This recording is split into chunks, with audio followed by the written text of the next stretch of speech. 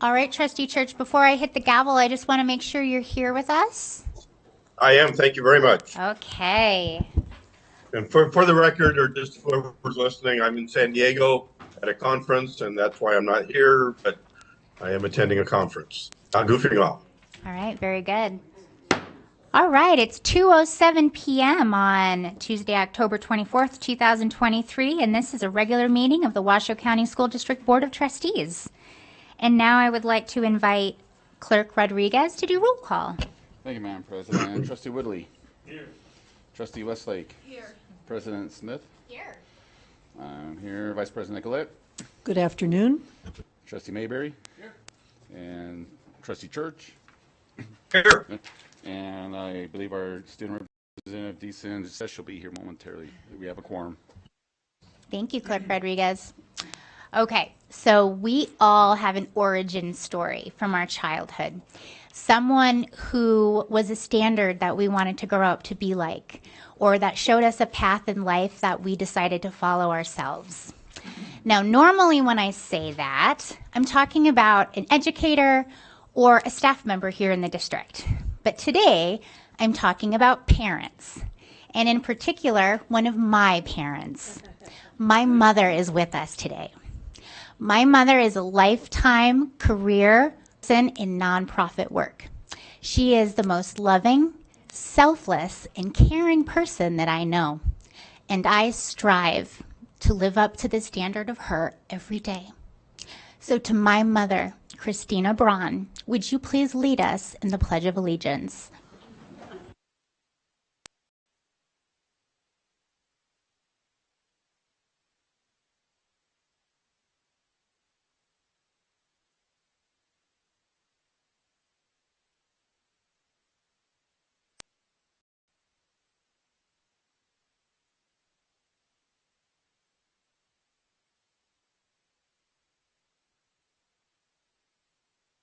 Thank you, Mom. And now we'll move on to our land acknowledgement. Every community owes its existence and vitality to generations from around the world who contributed their hopes, dreams, and energy to making the history that led to this moment. Some were brought here against their will. Some were drawn to leave their distant homes in the hope of a better life, and some have lived on this land for more generations than can be counted.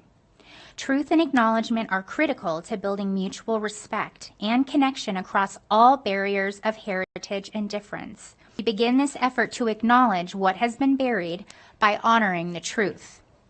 We acknowledge that some of our educational structures are situated in the traditional homelands of the Washoe, Washoe, Numu, Northern Paiute, Niwi, Western Shoshone, Nuwu, Southern Paiute peoples.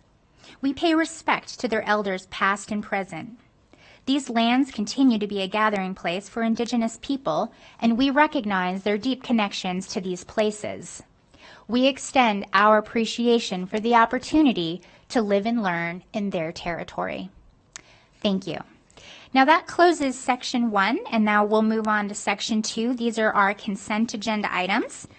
And today we have several items. We have items 2.02 through to 2.20. I have heard from no trustees to pull any of these items, so first I will ask to see if there are any individual items to be pulled. Seeing no lights, I will invite any comment or question about these items together as a group. Trustee Mayberry. Thank you, Madam President. No, I just, an observation, wanted to thank the superintendent and her team. On the consent items, 9 out of 20 of them are all grant funded. I think that's worthy to point out. Thank you. Thanks for the continued hard work and the application of grant funding to help us reduce our costs. Thank you.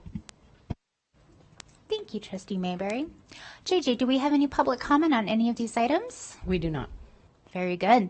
Well, then I will look to this board for a motion to approve item 2.02 to 2.20. So moved. I'll second.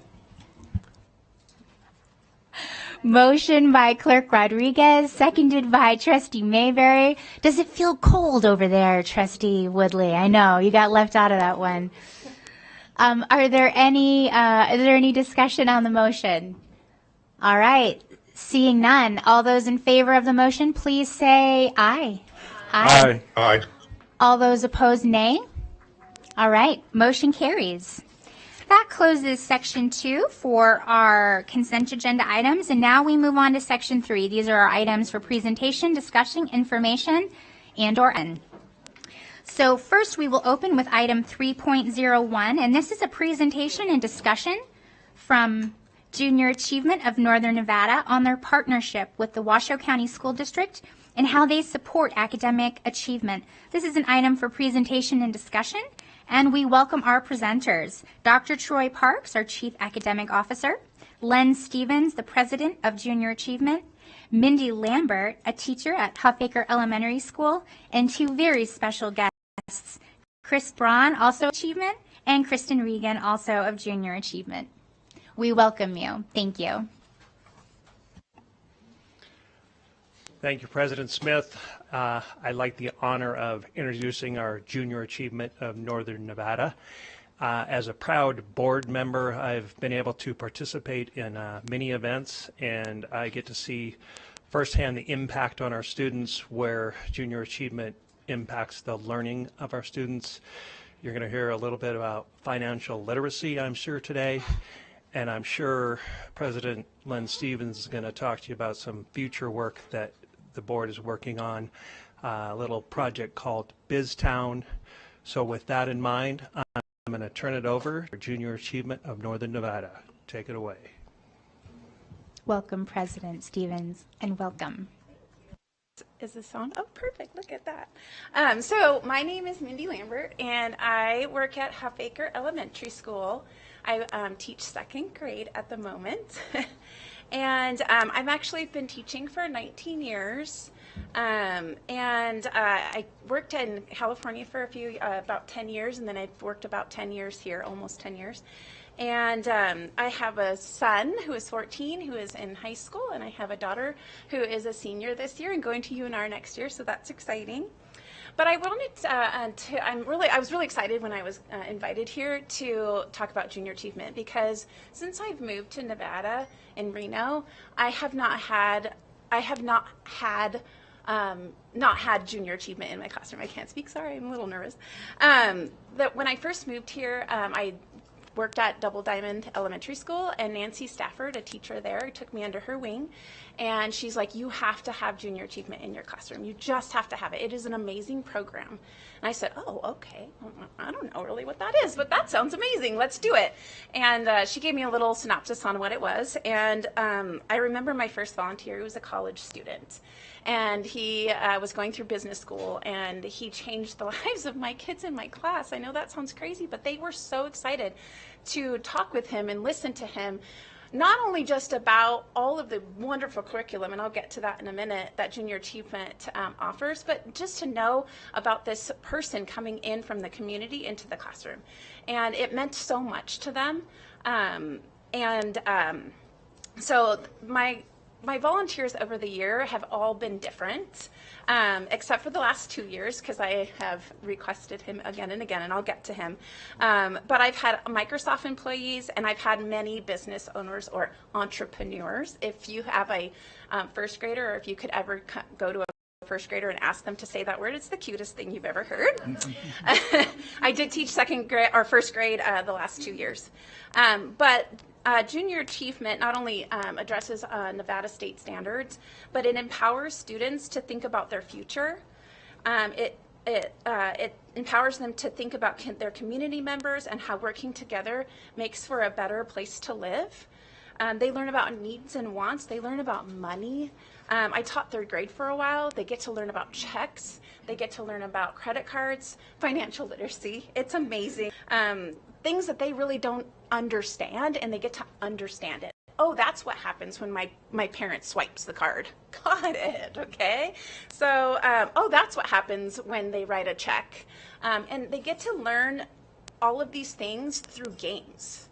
And it's wonderful because I think kids learn best when they get to play. And in first grade, they get sticker books. Let me tell you, stickers for a first grader is like the most amazing thing you've ever seen. And then they also get to play fun guessing games, career guessing games. They get to keep the card. It's just a lot of fun. And I think it's really for our volunteers to be able to follow too. And they have a good, really fun, good time. They also got to play a game similar to life. So, you know, it is life, right? And then the best part is that the students get, in my opinion, in my classroom, they get to embrace and love our community members. And I think that's an important part of this community, is pulling in those people that mean so much and get to teach these children about financial literacy. So the most amazing volunteer, I don't know if he's here, but Mr. Pete, his name is Pete Lazari. We call him Mr. Pete. And he was actually the volunteer of the year last year, and I was the educator of the year 2 years ago, 2022. But Mr. Pete, he means so much to my students. Every year when he leaves, they cry. And he literally was only there for 5 lessons. That's how much of an impact he made on them. He engages the students. He has fun with them. He laughs with them. But he will always be my forever volunteer. So he's not allowed to not keep volunteering. Like I'm going to call him and text him and be like, "You're volunteering again, right?" And he's going to be like, "Yes, Minnie, I'm coming." So in conclusion, and I'm sorry I've talked so long, but Junior Achievement has provided a safe and engaging place for students to explore outside of the classroom, inside the classroom. It has given them the ability to know about financial literacy, and they get to see the outside world through the eyes of our volunteers and the curriculum that is offered, and I will never ever be without Junior Achievement. So thank you. Thank you so much. That was amazing. Thank you so much. That's a hard act to follow right there. That's very good. Well, first of all, thank you for having us. So many of you I know over the years, having been here in this community for a long time.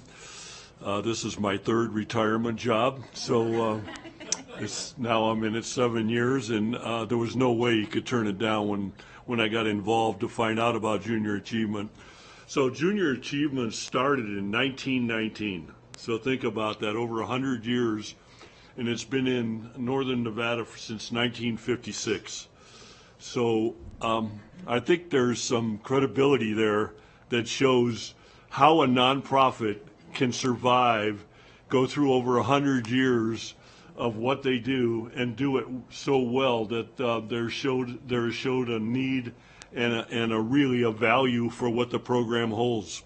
The thing Junior Achievement's done over all these years is they've stayed relevant.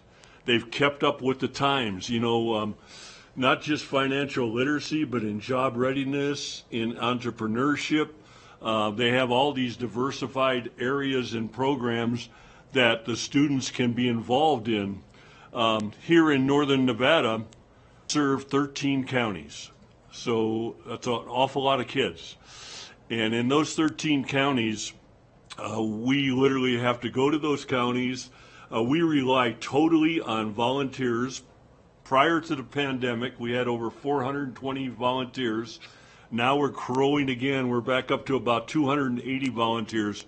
Now these volunteers end up in an orientation program, and as you alluded to, they come into the classroom and literally teach the class for 6 to 8 hours, depending on the curriculum. The curriculum is accredited by the state of Nevada, and as we all know, that the state a few years back mandated that financial literacy be in every classroom from 3rd grade to 12th grade. So we consider ourselves a strong partner with the school districts, obviously, in coming in, providing the funding for it, and providing the instructors to teach the class. So we've had an unbelievable relationship here in Washoe County. We serve a little over 12,000 students a year, and about 8,000 of them are in Washoe County School District. So we're really happy with that. But what we're doing isn't enough. And 2 years ago, we added another program, what is called JA Inspire. JA Inspire is literally a career semester. for all students throughout the state of Nevada. Last year, we had 25,000 high school students participate in this career semester where kids go online, talk to business owners, people that can help them understand what the value is of being taking part in any type of business, learning what is required, getting all the information they need to be a part of that. Well, now we've gone live. Last year, for the first time, we were at AACT school and had 23 to 30 businesses in person come in and talk to the kids for a day. This year, now we've added Dilworth Middle School along with AACT. Now we're up to close to 50 businesses that are involved, and these kids are getting the opportunity to really start thinking outside the box about what their future can hold. The other part of that is something that we're working on right now. We've started a capital campaign for BizTown. BizTown is literally a city that we build that has 15 to 20 businesses in there. The students take a 12-hour preparation curriculum during the course where they become CEOs, employees, bankers, all of these diversified businesses that are in this city. They have a city council, a mayor. They go through the whole process in action of running the business. The computers there, they're set up. They go in, and at the end of the day, they find out if they've made a profit or a loss or what mistakes they made, and then there's follow-up for them to come through. So these kids get an opportunity to do something like this. Well, this campaign's going to take us about $8 million. We're very fortunate already that the city of Sparks has offered us an acre of land to build on. So we're working on the project now, raising the funding to put this program together. Not only will it house that, but for high school kids, there's also what is called Finance Park, where kids go into entrepreneurship and they learn the values of being an entrepreneur and going through that. There's also other programs like Stock Market Challenge, where high schools challenge each other, others' high schools, where they get a certain amount of money to work on investing in their stocks, and they compete every month and get together in that competition. So there are so many great things that Junior Achievement offers that we haven't had. Now, like BizTown, for example, Dr. Enfield, you were up in Seattle, so you know about it. It's 20 years old, and we have, for whatever reason, not been able to bring it here.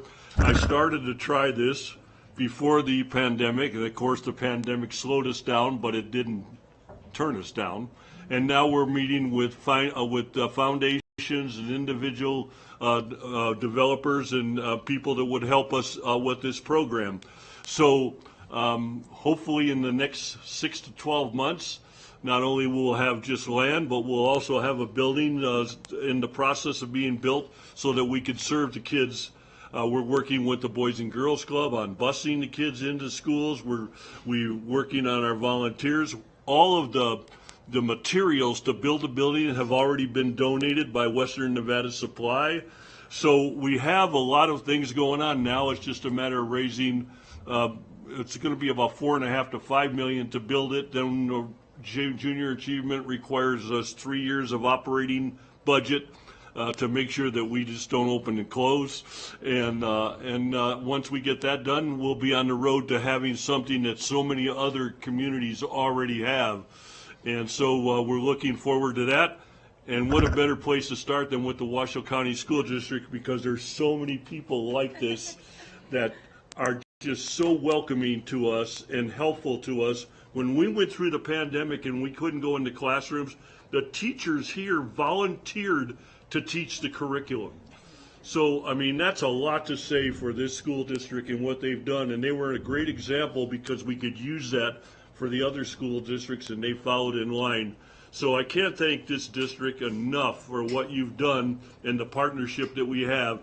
And I look forward to your help in the future. Dr. Enfield and I have already talked about the future with having students in the program. So now it's just a matter of finding the brick and the mortar and putting it together. So I thank you again today for having us here. It's a pleasure, and I look forward to working with all of you in the near future. I don't know how long my future is, but in your near future. Thank you. Any questions? No question, just a joyful affirmation. So I actually served on the board for Junior Achievement of Oregon and Southwest Washington and Junior Achievement Washington, and I'm very familiar with BizTown and Finance Park and would love nothing more than to see our students here in Washoe County benefit from that. And so just know that we stand here ready to partner with you in whatever we can do to help make that a reality. So thank you. And that was one of the best, most honest, passionate presentations that I think anyone, I mean, you should bottle that and take her on the road. So well done. You might lose an employee. Hey, we got to be careful No, with I'm that, just teasing. President. I know.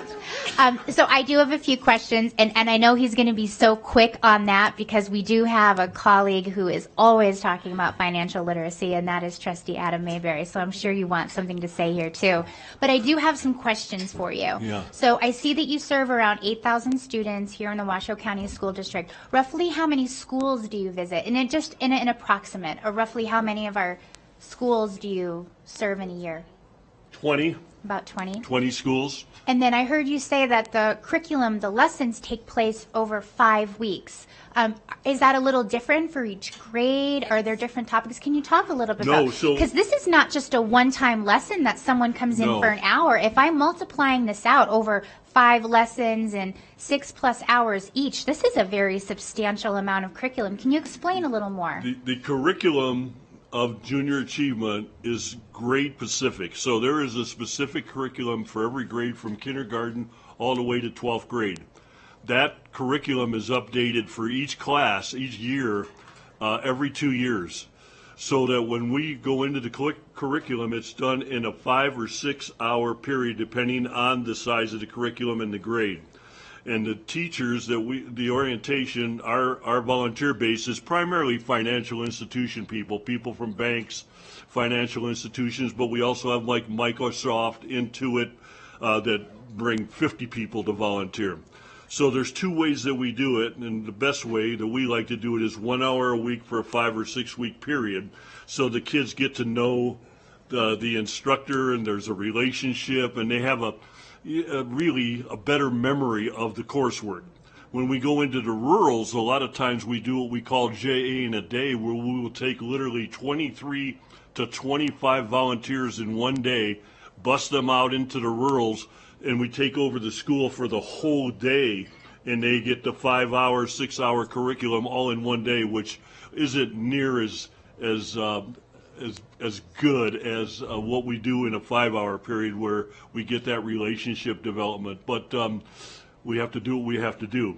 When we went through the pandemic, we did it all online. We literally taught classes online. So, but that curriculum, it stays relevant to the time frame of our economy and what's going on, so that kids have a better understanding.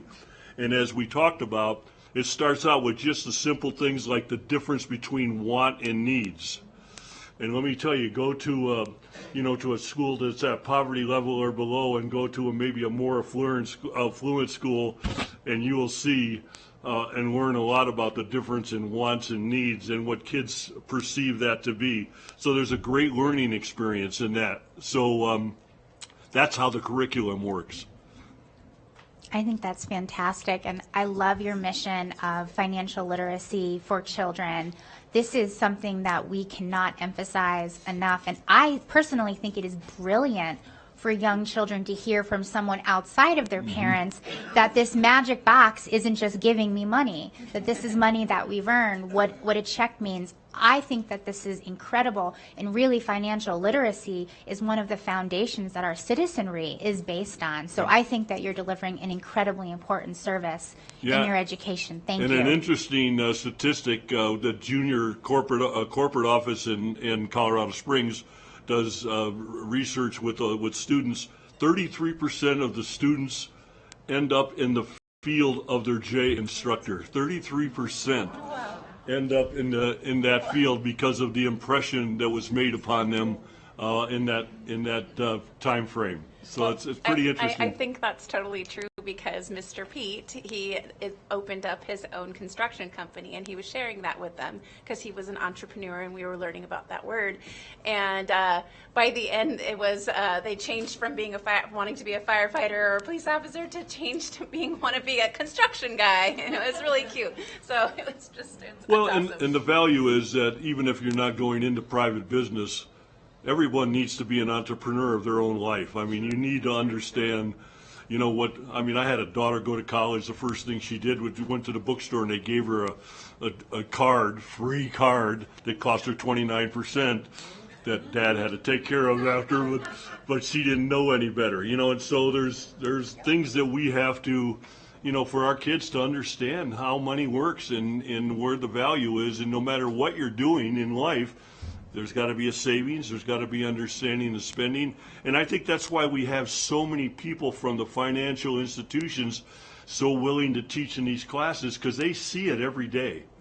You know, they see it in the banks with bank accounts and people being deficient in all of these kinds of things. So this is an awareness that kids have to understand. And the great thing about BizTown, it's not just sitting in a classroom and learning about it. You're going through it. So it's something you're going to remember for the rest of your life, you know, that's going to really play a great role in your future. Thank you so much. That is incredible. And as promised, I am going to go to Trustee Adam Mayberry for first comments. Thank you, Madam President. It's great to see both of you. Mrs. Lambert. I have a little bit of a history with Mrs. Lambert and her husband with me. She's an amazing mother of two talented children. I was there when you got your award in 2022. Years ago, I was a JA volunteer as well. I mean, it was a long time ago. And I mean this, I had a full head of hair. That's how long ago it was. But the program was called Success Skills, and I don't know if that exists anymore. It gave high school students kind of the ability to learn how to write a resume, interview skills, talk to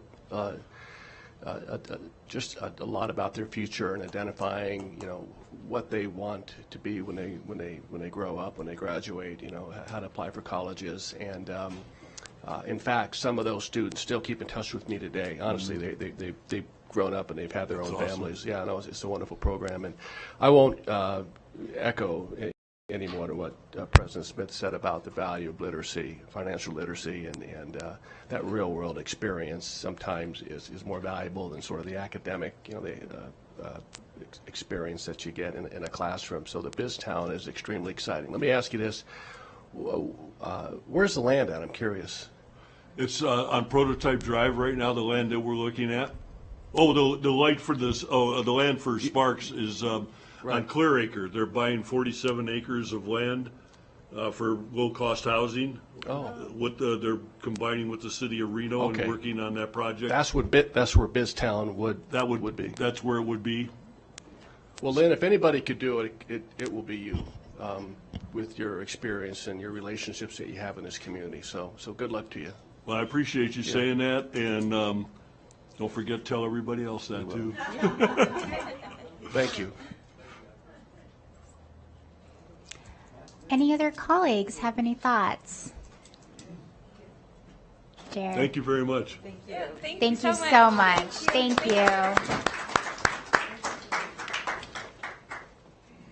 Well, that was wonderful. I love hearing from our education partners that are coming into our schools and helping us with our mission for education. So I think that this is amazing. Thank you so much for being with us. All right, that closes item 3.01, and now we will move on to item 3.02. This is an item for Poston.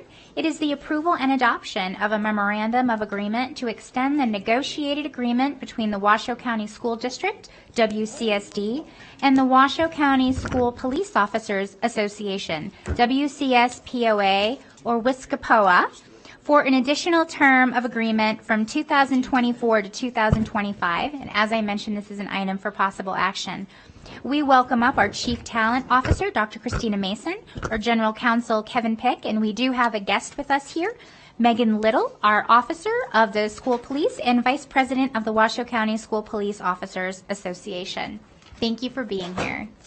Our pleasure. Greetings, board members, Superintendent Enfield, and public. I am Christina Mason. I have the honor of coming to work every day in the Washoe County School District and serving our community and our stakeholders as the Chief Talent Officer. And with me is... Hi, good afternoon. Kevin Pick, District's Labor and Employment General Counsel. Today we are going to walk you through the points, salient points of this tentative agreement. Go to the next slide. All right. So, in line with our Washoe County School District promise of knowing our students by name, strength, and need, through these CBAs, this is a way that we meet the needs of our employees and our Washoe County family. And so I would like to start off first by thanking very exuberantly Detective Diamond as the president of the Washoe County School Police Officers Association, Neil Rombardo, our chief general counsel, Kevin Pick, labor and employment counsel, and Chief Mark Mathers, our chief financial officer. They were instrumental in helping to pen this agreement, of which Mr. Pick will walk you through. For the public wanting to just make sure we're all grounded in the same common vocabulary when we talk through these things. So what is a collective bargaining agreement? It represents hours and hours of negotiation and talking and collaboration and creative thinking. But it really truly is, it is a written legal document that helps to solidify the relationship between employer and employee for those represented by a collective bargaining agreement. And so in this case, we are talking about our school police officers. I would also say before we get into the nuts and bolts is that these conversations oftentimes take a long time. There's a lot of give and take, but our school police officer colleagues were very receptive and we're working very collaboratively. So Mr. Pick, I'll turn it over to you. Thank you, Chief Mason, and thank you, President Smith, Superintendent Enfield, and the board. Kevin Pick for the record. Now, what we're starting off here with is a summary of the agreement. Now, school police had a 3-year agreement running from July 1st, 2021 to June 30th, 2024. Now, we approached them with the idea of doing a limited reopening so that school police could take advantage of the SB 231 money and so that they would receive the same COLAs being afforded to other bargaining groups here at the district. And so the district would receive an extension on the CBA, a 1-year extension. So the result was we created a 2-year agreement that's before you. We essentially took the last year of the 3-year agreement, rolled it over into a new agreement, and then extended it by a year to create a 2-year agreement. The new CBA covers July 1st, 2023 to June 30th, 2025, and provides significant compensation increases to our school police officers. And now school police, as a result of this agreement, would be able to access SB 231 money, which they would not have been able to do this year otherwise. And Mr. Pick, I'm going to just pause on that so that that can be really clear for anyone who's watching. If we had not reopened early, then our school police, although they qualify for SB 231, they would have not received that funding for this school year. And so I'm particularly glad that we did that. But just as a point of kind of crystallizing that, although they were included in the language for SB 231, they wouldn't have received it for this year. That's correct, President Smith. And we've received guidance from the Legislative Counsel Bureau on that, it would be for newly negotiated agreements, and so their existing agreement would not have counted towards that, and they would have had to wait until a new agreement was reached at the end of this upcoming school year. So, going on to the next slide, you can see... if we could just pause really quick. Thank you, Madam President. Can we go back to that? Sure. All right, so I know I'm an Army guy, but looking at doing the math, shouldn't that be 21.2% pay raise? For 13.2 with the 4% matching COLA, 2% next year, and matching? Or am I missing something? The 4%, Kevin Pick for the record, the 4% attained from year 1 to year 2, it's not 8% in total. Okay, gotcha. Thank you. Yeah, and so that 4% in year 1 is maintained. I think this might also be a good point of clarification because they did have 1 year left with a cost of living adjustment that was rolled into this year. So I think that that might be where the numbers are with that. Okay, no, okay. Yeah. Yeah. Okay. So more specific on the COLA here. So it's a 13.2% COLA on 2% in year 2. The year 1 COLA is retroactive to July 1st, 2023, and the retroactive portion is minus the 2% COLA that school police had already been receiving and already received under the previous negotiated agreement, which is now this negotiated agreement. So. Okay. On SB 231, I've mentioned SB 231 a few times, and so there's clarification on it too. SB 231 is a fund created by the state during the last session that provides a limited amount of matching funds for new salary increases. And the max match under SB 231 is approximately 4%. Because of this new CBA, we were able to apply for the max match under SB 231, which is again is the approximate 4%. School police will apply for, and they will receive approximately 4% from SB 231 in year 1, and that match is then continued into year 2. So on this, I'd like to, again, extend special thanks to Detective Eric Diamond, who worked with Chief Lombardo, Chief Matlers, and myself to get to this point. It's really a symbol of what a productive, collaborative relationship we have with them, and that we know we will have going forward. I'd also like to thank the WCSPOA board, President Diamond, Vice President Megan Lytle, Secretary Jeff Horeca, Treasurer Michael Foreman, Sergeant-at-Arms Jesus Gomez, and all of their members. So thank you. And now I think we would like to welcome up Vice President Megan Lytle, and she is the Vice President of the Washoe County School Police Officers Association. Because this is a partnership. Did they tell you? Well, you were told about this beforehand, right? Yes, she wanted me. Surprise! I'm very unaccustomed to being right here. Good afternoon, and thank you for having me. My name is Megan Lytle. I am the Vice President of the Washoe County School Police Officers Association, aptly known as WCSPOA. Today, on behalf of the members of WCSPOA, I'd like to express sincere gratitude to the district's willingness to enter into this agreement. This effort, we know, resulted in an impactful increase to school police wages and offers a degree of financial stability to our current member sergeants and officers. So thank you very, very much for having me. I think the thank you go to you. Thank you. You more than earned it. And on that note, I'd like to welcome Clerk Rodriguez to say a few words as well. Thank you, Madam President. I will say for the community out there, I don't think school police officers are fully really recognized for all the work that they do. I will say my other full-time job, I work in state law enforcement, and I've seen these officers perform over and over again in an amazing capacity.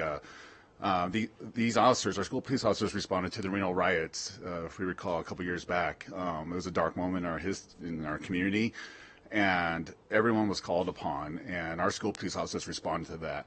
And I got to see them in action, and they're phenomenal. Wildland fires, they're out there helping evacuate homes and stuff like that. So they do a lot more than what people really realize, and they truly are specialized law enforcement. And I'll just honestly say I'll go through any door with these officers. So I want to thank you guys for what you do, and I'm happy to be part of this. And I just can't thank you guys enough. So really thank you guys.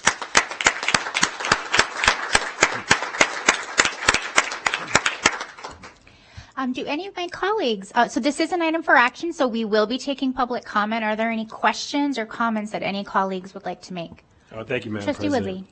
Woodley. I just want to state for the record that I really appreciate senior staff taking the approach that you did, because you did have to reopen an existing contract, and that's not a common.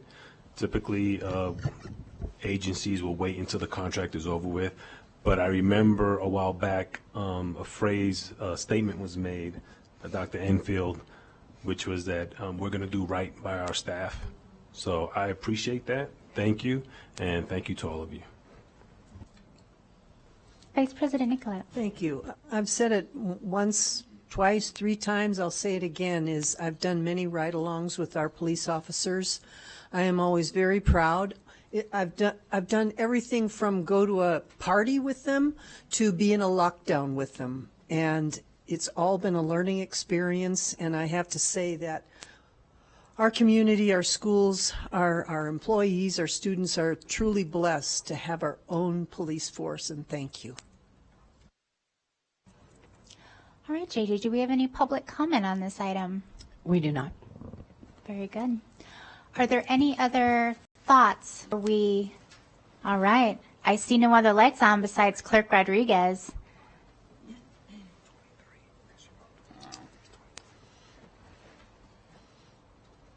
Hi. Hi. I'm ready to make a motion.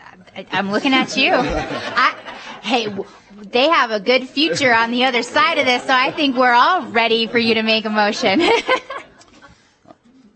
So it's an honor, and I'm honored to make this motion. I move that the Board of Trustees approves and adopts a memorandum of agreement to extend negotiated agreement between the Washington County School District and the Washington County School Police Officers Association for an additional term agreement of 2023 to 2025. I second.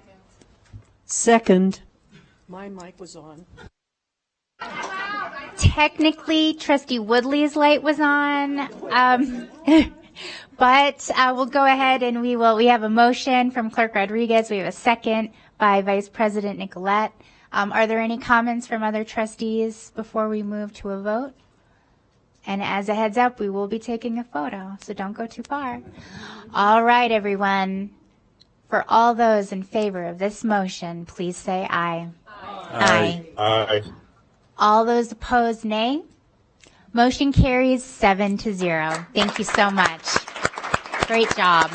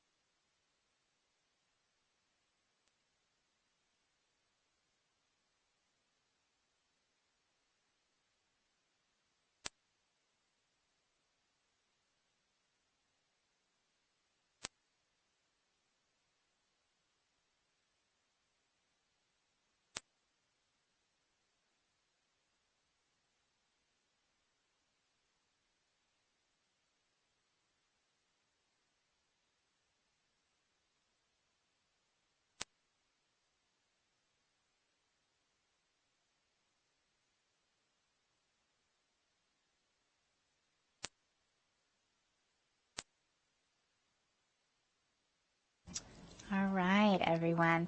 That closes item 3.02, and now we move on to item 3.03. This is our quality of education presentation, part of our ongoing series. This is a review of Strategic Plan Goal 3, Safety and Belonging, and key strategies used to improve student learning outcomes and to fulfill this goal. This is an item for presentation and discussion only. And we have here in front of us our presenters, Dr. Paul Lamarca, our Chief Student and Family Supports Officer. But before we move on to that, we are going to be providing an update on the quality of education to include a school spotlight on Billinghurst Middle School. And we have Principal Jason Maddock here with us, along with members of the Billinghurst team. And I'd like to invite all of you representing Team Billinghurst to please stand so we can see you out there. And the family, thank you. And we also have some very special guests in front of us, too. And then for that, I will ask Chief of Continuous Improvement Officer Joe Ernst to kick us off and to introduce the very important guests we have in front of us here. Wonderful. Thank you, President Smith, Superintendent Enfield, members of the board. Joe Ernst, Chief Continuous Improvement Officer. We are here today to talk about quality of education. This is our second presentation on quality of education. Today we're going to center it against safety and belonging of our students. As we move into that, we want to continue to be aware of the promise that we are making to our students, to our staff, and to our community. And that is making sure that we know every one of our students by name, strength, and need. And we'll continue to do that in partnership with our families and with our community. So with that, embodying that living promise, it's my pleasure to introduce Charisma Dowell and Principal Jason Maddock from Billinghurst Middle School.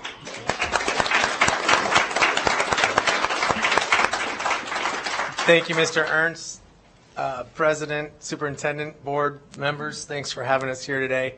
I'm not going to steal the spotlight because it is not mine to steal. With me, next to me is a teammate of mine, an absolute rock star, dynamite child, beautiful daughter, beautiful sibling to her brothers and sisters, just an outstanding student, and paralleling the district's every child's name, strengths, and needs.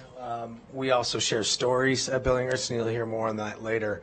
And her story is just one of beauty and inclusiveness and all the good things that are charisma. So without further ado, it's our 8th grade rock star Charisma who would like to address you as well. Welcome, Charisma. Good afternoon, Superintendents, Enfield, and board members. My name is Charisma Dowell. I'm an 8th grade student at Billinghurst Middle School. I'm a member of Vox Soror's choir, a peer tutor, and a sports enthusiast. I play lacrosse, basketball, and track. I plan to try out for the soccer and volleyball teams as well. In my spare time, I attend dance classes at Escape Dance Studio, and I perform music with my dad. I'm an avid 49ers fan. Brock Purdy and Deebo Samuels are my favorite players. Brock's number happens to be my birthday and favorite number. I come from a mixed family. My mother is Mexican-American and my father is African-American. I have 5 siblings, 4 older brothers and 1 older sister. I have an 8-year-old niece and another niece or nephew on the way. I like being an aunt because it makes me feel like I'm an older sister even though I'm the youngest. I like that my entire family is diversified and blended, but we're all very close with each other. I enjoy going to Billinghurst very much. Everyone knows each other and is very helpful, so it feels like one big community. My favorite thing about the staff is that they recognize all of their students and have close relationships with them, which makes us feel at home and like a big family. I've had a very positive experience. My experience at Billinghurst has been filled with inspiration. All of the students are very friendly and treated equally. Each staff member and teachers have a caring relationship with every student. My 6th grade teacher was Mrs. Pinelli. I brought her with my family today. If we could take this opportunity, Miss Jill Pinelli is with us from Billinghurst, her 6th grade teacher.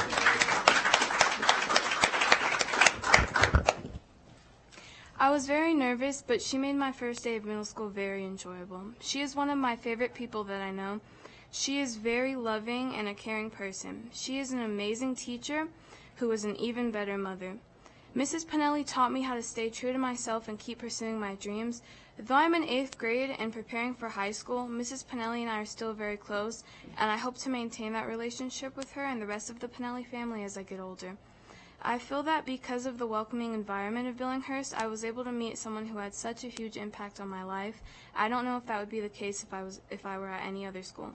Billinghurst gives their students many opportunities to take part in fun events they hold every year, like the color run, dances, and my personal favorite, the lip sync battle. Billinghurst is a very special school because no student or staff is left out. Everybody knows everybody, and everyone is very accepting to both new students and staff. I cannot wait for new generations of bighorns and attend Billinghurst and experience everything I've gotten to be a part of these past 3 years.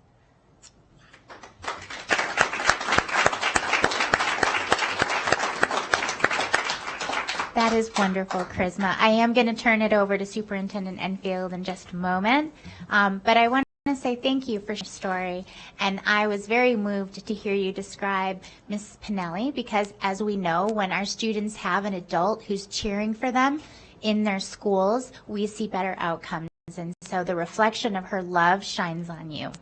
And on that note, I will open it up to Superintendent Enfield for an exciting award.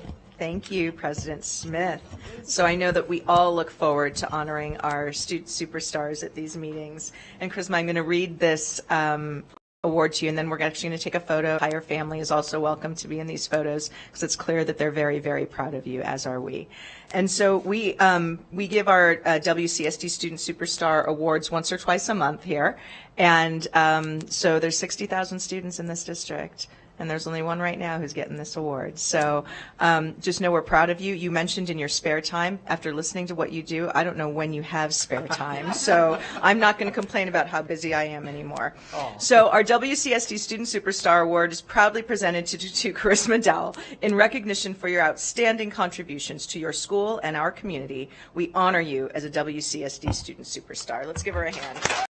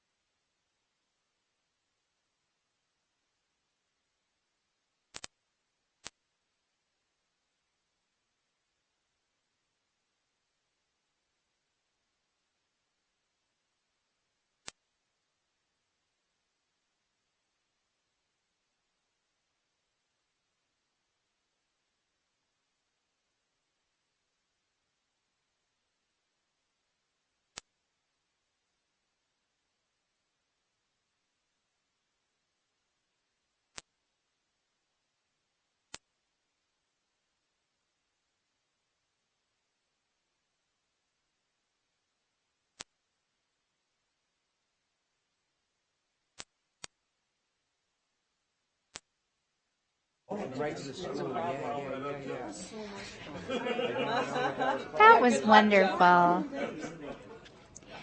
All right, so before we continue, and I will acknowledge the wonderful people that are sitting in front of me, I just want to say that hearing Charisma talk about Mrs. Pinelli is such clarity of purpose for why we do what we do.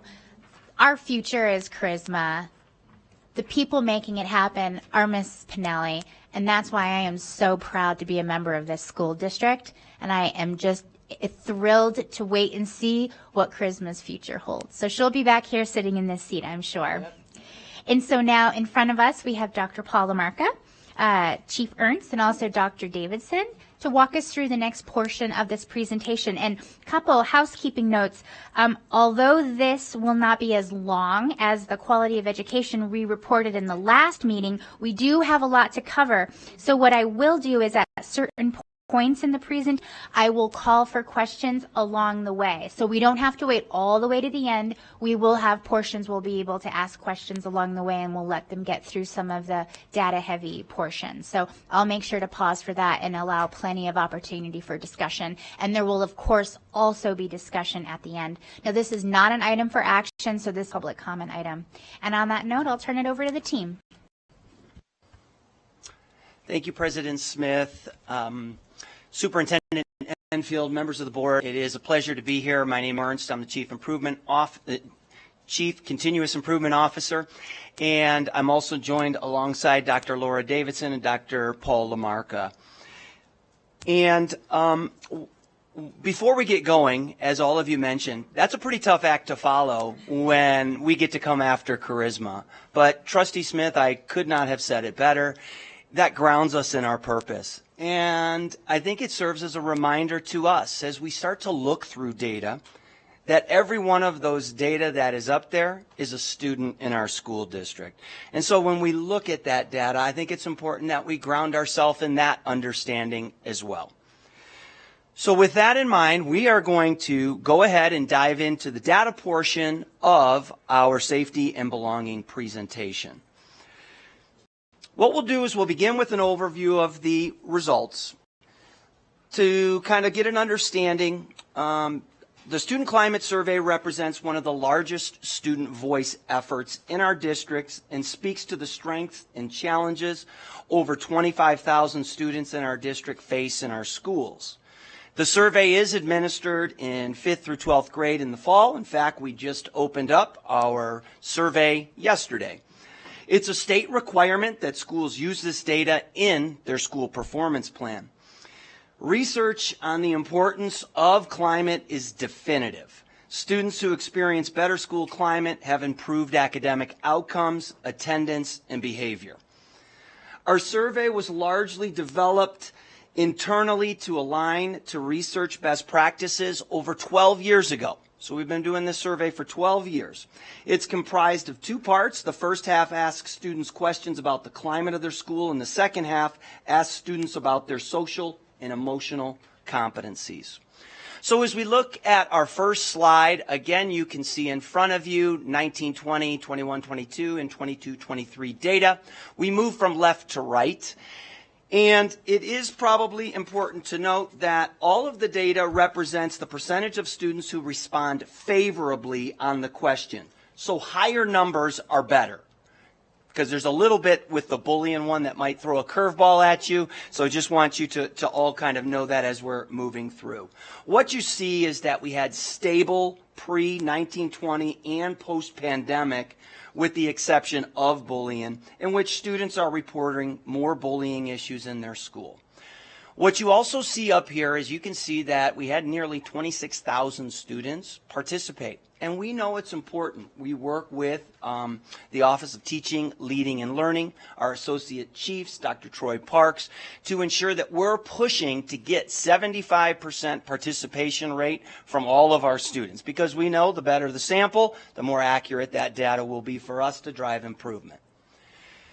The next slide here gives you a sense of the ways that student climate is one way to help assess the sense of belonging. And you can see, moving from left to right, that you can see the areas where we have 91% of our elementary students say that their teachers care about them. Okay, that's a really strong something. And then we move from left to right. You can continue to see the light blue bar, really representative of elementary school. And then what you can also notice here is that student sense of belonging is higher in elementary school, but it declines a bit in middle and in high school. And again, gives us plenty to kind of think about as we're looking going forward to continue to spend our efforts around Goal 3, safety and belonging. Here, there's a lot here on this slide. I think really the short of the slide is that what you can see when we disaggregate by population and program, you can see that Asian groups have typically more positive perceptions of climate. Our African American students have less positive, and as I've mentioned before, elementary students more positive about their school climate experience. We'll go ahead and dive into the social emotional competencies. And you can see, again, moving from left to right, left shows the area where students feel more proficient, that they are better in those areas. And as they move to the right, areas where they don't feel that same level of proficiency around that competency. And so there's 8 domains. And you'll notice that they align closely with many skills we feature in our profile of a learner. So when we look at how we grounded our strategic plan, it's grounded in that profile of a learner, and these competencies really sit within the profile of a learner. First, you can see it's really relatively stable across time, but large differences in which students say are easy or hard for them. In general, students on the left, or skills on the left, are easier for students to do, and skills on the right are harder, as I've mentioned. Students say managing their goals, schoolwork, and emotion are skills that are hardest for them to do in general. Again, I think we can look at self-management of schoolwork, and we can just kind of break that down. Intuitively, I think most of us would lean into that as educators. The better we explicitly teach our students how to manage the school experience through homework, organizational tactics, term deadlines, long-term deadlines, pacing themselves out on assignments, that the better they're going to achieve the outcomes we want them to achieve. And I think the data aligns up with some of that intuition. Again, you can look in here and you can see, again, broken up by population and by program. And again, I think what we can see here is the competencies really kind of mirror some of the academic outcomes that we shared in the last presentation. So again, what you have in front of you are goal management, managing schoolwork, and emotion management. And these are the harder areas for our students. And so it's important to pay attention to those. Students rate their ability to be socially aware and make responsible decisions and be aware of their strengths and challenges as easiest to do. So you go back and you can see that social awareness over here. And then as you go forward, you can see that the emotional management is more difficult for our students. And so, again, this is just good information. High schoolers rate their social and emotional competencies more highly than elementary school students do, and I think that's really developmentally appropriate when we look at students becoming more self-aware as they advance through school. Students receiving EL services are rating a little bit lower on most areas compared to other groups. And so again, I think it's always an important reminder when we're looking at data, one, to remember that behind every data point is a student, just like Charisma, who was sitting before us earlier, and two, so that we are aware of where we see disproportionalities, and when we see those, we're able to proactively address those. Thank you, President Smith. Could you go back to, sorry, thank you, Joe. I think that last bullet, female students generally rate their skills lower than males, is of particular interest to me and worth delving into, knowing that too often our girls, as they are going through school and life, aren't equipped with the same confidence and opportunities, perhaps, or without the confidence to seize the opportunities that their male counterparts might feel. So I think that's worth our having a conversation about what we can do to use this data to maybe have conversations and create more opportunities for our female students to gain that confidence. We know they have the skills. We just need to help them with the confidence. Yeah. Very much appreciate you pointing that out, Dr. Enfield. Thank you. So with that in mind, we'll go ahead and now dive into, as previewed in our last presentation, some of the absenteeism data that we talked a little bit with you about. Thank you. For the record, Dr. Laura Davidson, Director of Research and Evaluation. So as we hinted last time, we were going to bring back some of the chronic absenteeism data and delve into it a little bit more deeply. I think it's also very worth mentioning that we chose to present chronic absenteeism against school climate because they're inextricably linked. Students, there's plenty of research nationally and within our own district that students are far more likely to attend school if they feel cared about, if they feel safe, if they feel excited about what they're learning. So when we go through this data, you'll very quickly notice parallel patterns in the school climate data and which students feel safe and comfortable and welcome on our campuses and which students are attending school.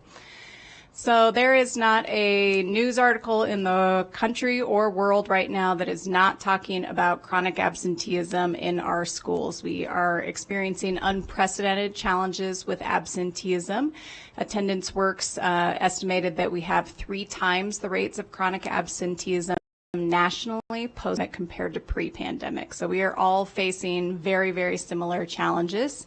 So within our context, you can see for 18-19, our pre-pandemic performance for chronic absenteeism was 17%. During the distance learning and hybrid year, that shot up to 39%. And that is possibly underinflated that year because it was so difficult to track attendance for students who were not physically on campus. That has returned down to a level of 24% the next year, but then we are moving in an unfavorable direction again last year with an increase in chronic absenteeism of 4 percentage points over last year. And nearly every race, ethnicity, and special population group increased their absenteeism. I think it's very worth mentioning that the impact was felt hardest in the secondary levels. So you can see here our chronic absenteeism by grade level, and you can see those gray bars were that distance learning hybrid year. So although in secondary we had higher rates of chronic absenteeism pre-pandemic, they really were hit hard post-pandemic and have stayed level there. It's almost a perfect stepwise progression in absenteeism up to 12th grade, where we have nearly half of our students chronically absent. One question we had last time was how come with these chronic absenteeism levels it doesn't feel like our buildings are completely empty, right? And so the other measure that we like to bring in around attendance is average daily attendance. So that's 92.6% for last year. So what that measure tells us is during the first 100 days of instruction on any given day, how many students are in our building. So last year it was 92.6, meaning that we had about 7.5% of our students out on any given day. So just to put that in context, at the peak of Omicron, which we had one of the worst absenteeism days in history, reached 20% students gone on a single day. So we're actually very happy to see it back down to 7.5%, but certainly as close to zero as we can get. We know our strategies are far more likely to impact our students when they're in our buildings. There was also a request to show our absenteeism rates across the state, so we've featured that here. These are from Nevada Report Card, and you can see Washoe with 31%, so we have a slightly lower chronic absenteeism rate than the rest of the state and some of our larger counterparts from throughout the state. I do think it's worth mentioning here, because it's come up a few times, the difference between what's on Nevada Report Card versus the 28% that I showed just 2 slides ago. So we are federally held and state held to certain business rules for different reports. The state provides them to us and we follow them, and they're audited and validated extensively. So, but each report serves a little bit of a different purpose. So the one on Nevada Report Card uses the federal definition of chronic absenteeism, which doesn't include any of those exemptions we hinted at last time, like if a child brings in a note from their doctor, that absence is excused. So that's a Nevada business rule that they tell us to use, and that's what is used for our star rating, which is what we reported 2 slides ago. The Nevada Report Card also includes district charters in our rate. We tend to take those out just because we don't have as much control over some of the policies and practices and budgets and interventions that are district charters, so we typically don't include those on the prior slide 2 slides ago. So that's some of the reasons why these numbers may differ, but they serve different purposes and they're all mandated by law or by the federal government. Okay, there is extensive research about the importance of chronic absenteeism in positive academic outcomes for students. Those are mirrored closely within our district. So this slide is looking at proficiency rates for students who are chronically absent, those who are not. So you can see that students who are not chronically absent have double the proficiency rates of students who were chronically absent. That really compounds in math in middle school in particular, where only 9% of students who were chronically absent last year were proficient in math. And just to not put too much of a fine point on it, but looking at our graduation rates, very similar. So this slide here is looking at all the students that in the 2023 cohort for graduation had all 4 years of their high school career. So we had an opportunity to intervene for 4 years with these students. And you can see on the far left, if students were never chronically absent during high school, we graduated nearly every single one of them. Versus on the far right, the students who we had them for 4 years, but they were chronically absent every single year of high school. We only had about a 50-50 chance of graduating them. So again, you can see with very high rates of chronic absenteeism in high school in particular, we have pretty high rates of graduation even with students who have 1 or 2 years of chronic absence. But once we have those multiple years of absenteeism, it becomes very, very difficult to have students walk those stages. Thank you, President. Laura, I just have a quick question. I know that a question that some in the public may have, and I think I know the answer, but you know better than I. So obviously that 54% is unacceptably low, but we understand the factors there. Explain, though, how, even being chronically absent, I could still graduate. Yeah, so there are no defined consequences for students who are chronically absent. It can be used as a factor in a grade, but it is not a determinant of whether a student earns credit. It certainly makes the job of educators much, much harder when students are absent. I think especially during the distance learning and hybrid years, teachers got very good at figuring out how to catch students up by sending home homework, by intervening. We have much more access to makeup work and devices that allow for makeup. We have summer school, we have tutoring, but we would not probably need as many of those interventions if we had students learning in classrooms every single day. Okay, with that, happy to take any questions about any of the data before I turn it over to Dr. LaMarca for strategies. Yeah, we do have some questions. Thank you so much. A few questions from me. Can you clarify which ages for elementary school take the climate survey? Sure. So we start in 5th grade, and that's the lowest that we do, up to 12th grade for high school. We do offer an optional climate survey for some elementary schools who would like to assess students in younger grade levels, but it is optional, but it's a little easier reading level. Thank you. So as a follow-up on slide 8, which talks about the reports that we're getting in, and I appreciate you calling out the oddness of that bullying chart. So something that I observe is that we know that, we're seeing challenges with student behavior. We see the students reporting an increase in bullying. Yet their self-evaluations seem to indicate a higher self-perception of a lot of these things, yet they as a peer group are reporting increased bullying.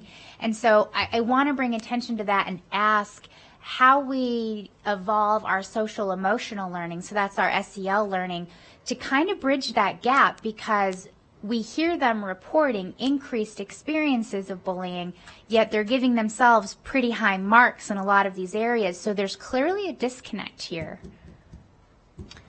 For sure. I think we talk a lot about part of why we see students reporting their social and emotional competencies as higher when they get older is they're more aware of what they know. As especially younger elementary school students, it's difficult for them to assess their self-awareness and their own skills, just because that's a developing skill for them.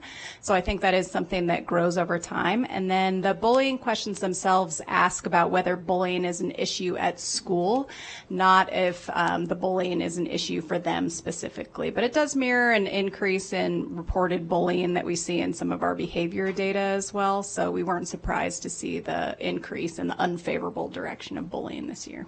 I appreciate that, and it also underscores the importance of social emotional learning, because you have to learn about those behaviors and then understand what other people are experiencing with the way that you behave, and then also the way you perceive others. So I appreciate that. I have a few other thoughts, but I'll go ahead and I'll open it up to some of my colleagues. Oh, and Trustee Church, I see you there. So I'm going to start off with Trustee Mayberry, and then I'll go to Trustee Church, and then Trustee Westlake. Thank you, Madam President. Thank you. Good to see you. The question I have, and I submitted this question in writing earlier too, but I kind of want to do a little deeper dive on it and bring it out, kind of daylight it, and that is going back to the notion of the chronic absenteeism and parent responsibilities. I visited one of our middle schools last week, and the principal flat out told me, Adam, I can't force mom or dad to get, my student, my child to school.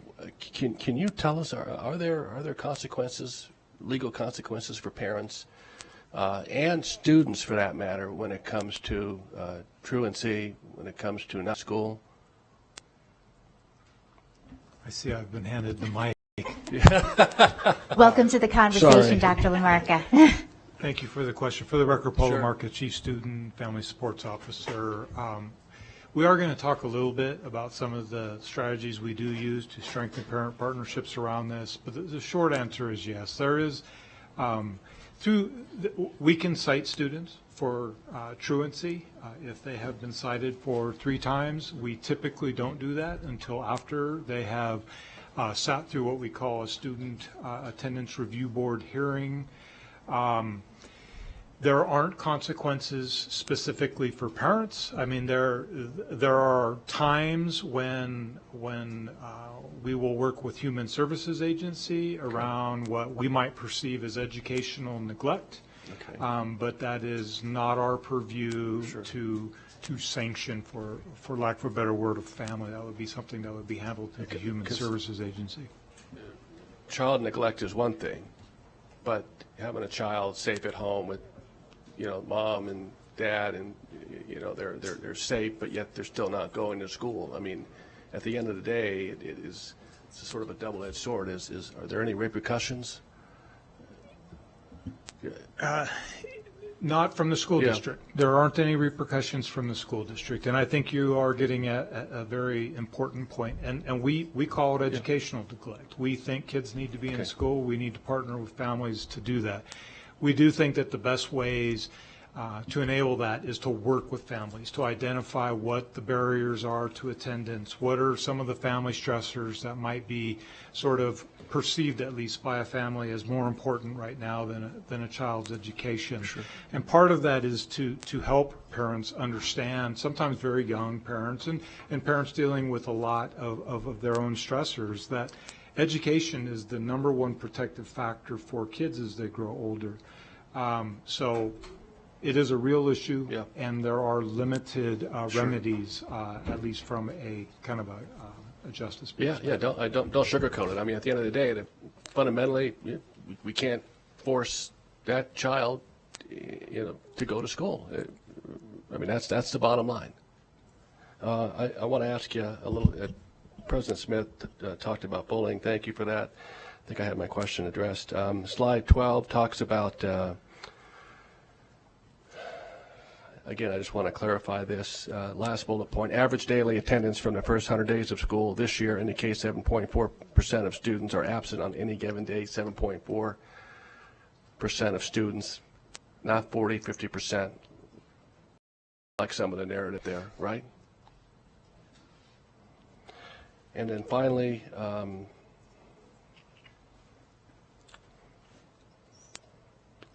it's a 24% to 28% increase, and I didn't take very good notes here. Where did I see that? My apologies. I may have to come back to that, Madam President. That's okay. I mean, I think we can Yeah. start with that first question Thank that you you for, had thank you. about the daily absenteeism and not this idea that we hear that the schools are like mostly empty with the lights off during the day. Right. Correct, yeah. That's why it's important to bring in multiple measures. Chronic absenteeism, again, just to calibrate on what that is students missing 10% or more of their instructional days. So in a 180-day school year, that equates to about 2 days a month. They're not all taken on the same day usually, so that's why you wouldn't notice it, apparently, if you're walking through the hallways. Did you want me to come back to you? I'm more than happy to come back to you, Trustee Mayberry, or if you have that thought. I do have it now. Okay. Thank you. Be real quick. Thank you very much for that, Madam President. Now, this is slide 11. 24%. And again, I just want to clarify, this 24% with an increase of 28%, Washoe County School District on the left. But that 28% it's only the first part of this year, or is that's last year? That's the last count. Okay. Last year, yeah. Okay. So we're moving in the wrong direction, and can you find any basis of attribution for that? Not immediately, and it does differ a little bit than what the rest of the state saw. So there was recently an article about that, that some of our counterparts throughout the state in the state of Nevada improved absenteeism this year. So ours is a little bit of an anomaly for the state. I think some of our climate survey data parallels some of it when students don't necessarily feel safe. When we hear anecdotally some of the reasons, it's habits that have been learned during the distance learning year that we're working to correct. Mental health is a huge challenge for students and can often be a barrier to getting to school. Illness continues to be a challenge. For students, we still have COVID going on, so students just are out sick more. So still lots of reasons, none specific unless you want to add any guesses. Yeah, it would be a guess. I would suggest that there's danger in looking at chronic absenteeism sort of in an insular fashion. We know last year was very difficult with behavior. And so maybe there were times when a student didn't want to go to school because of issues related to behavior. It is an anomaly. I will say, and I don't have that data ready, I should, and I apologize for that. We did share some information with APs and deans last week and with principals this week. Right now, this school year to date, we're trending pretty well with chronic absenteeism. If we were to maintain, we would see a decline, and so we're working hard, but we're early in the year. Thank you. Trustee Church, before I go to you, I would like to formally welcome to the meeting our student representative, Arabelle Deason. So we hope that your test went well. Trustee Church. Oh, sorry. I'm so sorry. Thank you. And welcome, Dr. Lamarca. Kind of alluded to that. When I go to some of these meetings with the kids, I'm hearing more and more stories about kids being absent, not because they want to be, but because they're afraid of their safety.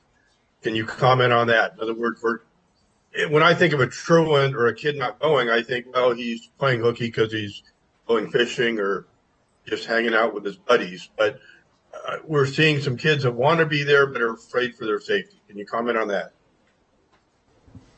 Since you used my name, I will comment. So thank you for the question, Mr. Church. All I can say, again, that was kind of armchair quarterbacking a moment ago.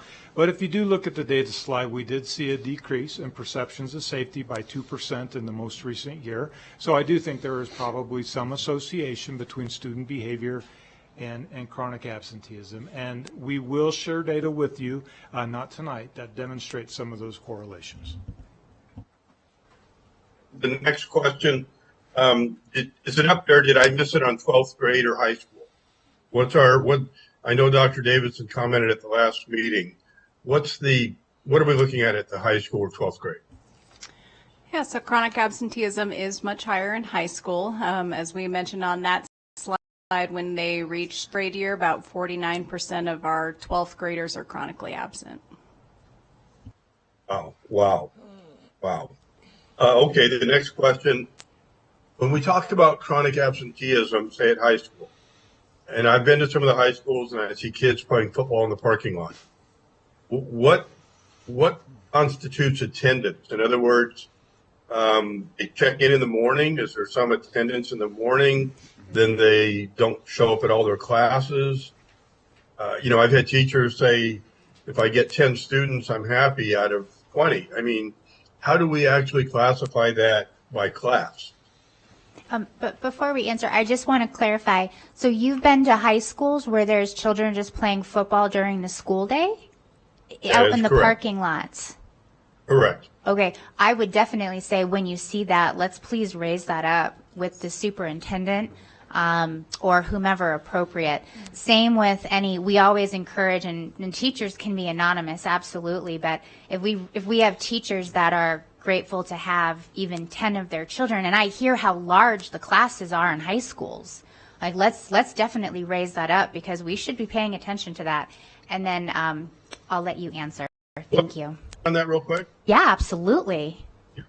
I guess what I'd like to do is call out the high school teachers and staff and tell me if I'm wrong. Yeah, definitely.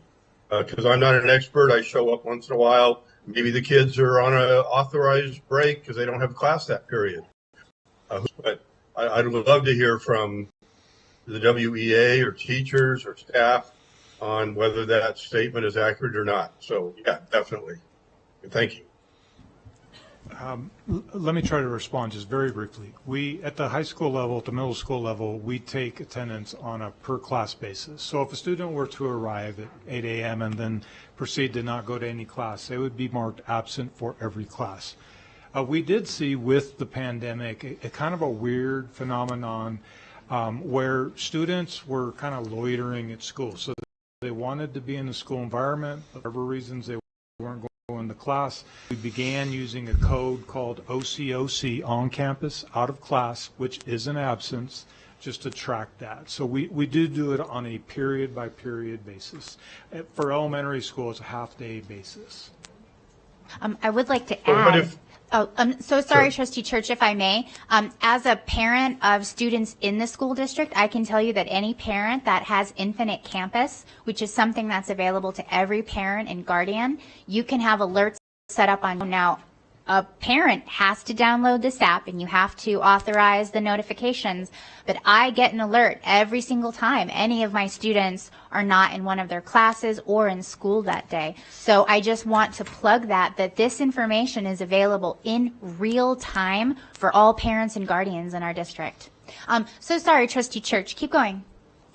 Thank you. So one more, I have some comments too, but back to that question. So the kid attends most of his class, but he doesn't go to math, doesn't like math, doesn't go to English. How is he considered not chronically absent because he went to most of them? We do have some rules when we're looking at absences overall. So, there's a lot of kids who, for example, will miss the last period of the day because they have a dental appointment.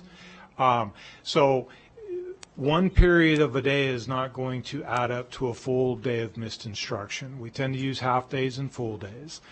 So there are some exceptions to this. But again, I do think chronic absenteeism is a real issue. Every time a student is missing from school, they're missing important instruction. There are sometimes good reasons for kids not to be in school. If they're sick, we need them to stay home. If they have appointments, they need to be able to attend appointments. They're still missing instruction, and we still need to catch them up. So it's very definitely a critical issue. But I think, as was pointed out, the average daily attendance is also a very important indicator, and roughly 93% of our kids are in school on a daily basis. Then a comment, if I might. Just, maybe a month or so, 2 months ago, we gave, right before September, so around August, we had the awards where we celebrated that chronic absenteeism was down to 25%, according to the state. I was a little troubled because just weeks later, we found out it had gone up 28 to 31%, depending on what study you look at. I think the school district knew that, and I would have liked as a trustee to know that. I mean, I still celebrate that we went down, but I think as a trustee, I should have known that we were going to see it go up. And I know we had that information, so I'll pontificate on it. Thank you. Thank you, President Smith. I think, Trustee Church, I'll just be honest, whether it's 25, 28, or 31, we all agree it's unacceptably high. And we remain committed to doing everything we can to engage with our students, our families, our staff to turn that around. And we certainly didn't give any award for 25% chronic absenteeism rate. We celebrated the progress we've made in this district, which we are not going to, I always say, progress, not perfection. And on our way to greatness, we are going to celebrate those milestones along the way when we see improvement. I do, though, wonder, Dr. LaMarca, if you could speak to the legislation around being able to take mental health days and having that not count towards their chronic absenteeism. I think that's an incredibly important thing. Sure, thank you for the question, and someone certainly could help me. I don't remember the bill title, but actually it was in the previous session, not 2023, but 2021. Our state legislature passed a law which enables a student, as long as they have the approval from a mental health professional or a medical professional, to miss days, and those would be excused. It's a good thing, we think, because there are times when kids have legitimate reasons for why they need to be out of school. One of the problems with that is all students don't have the same access to mental health professionals. So this is an issue. As a parent, I do feel that I am responsible for knowing if my child is not fit for school that particular day, and so I need to keep them home. But that is a law, and it doesn't count, as Dr. Davidson had mentioned, towards chronic absenteeism within our state, but federally it's still counted. Mm-hmm. Thank you, Dr. LaMarca. And that was Senate Bill 241. And President Smith had asked me to look into that prior to this meeting, and so Dr. Keogh and I did speak. And I do think it's important because, you know, I always remain concerned from an equity perspective. The doctor's note can be an issue. However, in this case, a school nurse can provide that. A school nurse can even reach out to a family, apparently, to initiate that. So, which makes me breathe a little easier that a student doesn't necessarily need to have access to a medical professional. Our wonderful school nurses can provide that. And of course, Dr. LaMarca, you talk about the access to services, and that's where not only our fabulous counselors and staff come in, but you know, resources like Care Solace come into play as well to make that access a little bit easier. One final comment, if I might. Again, I'm troubled by restorative credit and how that factors in. And on slide 5 of the quality of education PowerPoint, WCSD does not assign consequences due to attendance. And I don't know, I guess I'm old school, but I just find that very troubling. I don't think that it's no consequences. I think that a student is not held back solely due to attendance, but I don't want to misspeak. Yeah, that's fair. That's accurate. Okay. All right, Trustee Westlake. Thank you, President Smith, and thank you, panel, for being here. This is a lot of work. It's a lot of data. It's a lot of research and crunching, and I appreciate it because it helps me better understand kind of what's the climate of what's going on in the schools. And I did not see a football game in parking lot, but at one of my schools when I was there visiting, I did see number of students in areas that, I mean, anyone would know they're not supposed to be there. And I just think we have to be diligent. I called the office. I didn't intervene. I called the office. I also got a hold of Superintendent Enfield, and the office was very appreciative because as much as I just think this is an important comment, the public to understand this, is our administrators and our teachers are doing so much. We can't have eyes in every nook and corner at all times. So we have got to rely on others to bring attention to it. They cannot be running around. These campuses some of them are huge, and seeing these things. So I would just really say it's important, if we see this, call the office, be respectful, let them know where you saw it, and then it can be addressed. And it's not a punitive thing. It's important in the respect it's leading me to the next thing that I wanted to talk about, and I apologize I didn't write down screen numbers, but on the types of absence in Washoe County School District does not assign consequences due to attendance. And I get this, and I understand we don't want to hold kids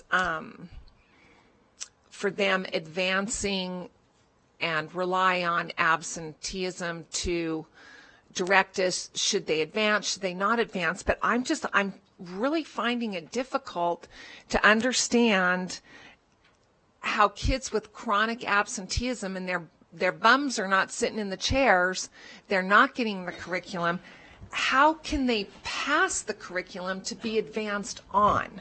I mean, I think this churning, if kids are not passing the curriculum, at some point it's going to get to disillusionment with our high school students. They're going to be so behind and just disillusioned with the whole business of school. I think I really, in my heart, I think that's part of the problem why we see there's such a disconnect by the time they get to high school. They're behind, they're not reading at grade level, or they're reading so far behind. So I don't know what we can do, because I don't come from an education background, but at some point I think we have to have a stop, do not advance. We've got to get you caught up so that we're not seeing this disconnect and disillusionment by our high school students that are so behind in curriculum that it's why bother? So I have that, but I have one more, but I don't want to jump to the other one because it's different than this. Thank you, Trustee Wesley. Let me take a stab, and I'll let my colleagues here chime in with something smarter. But I also think it's important to note that chronic absenteeism is nuanced. I think when we hear chronic absenteeism, we think it's a student who isn't passing, can't pass. And that may be true in some cases. There, though, are students who can keep up while being chronically absent, which I think says something about our antiquated school system that forces kids to go to high school for 4 years no matter what. It's a topic for another time. Sorry for the editorializing.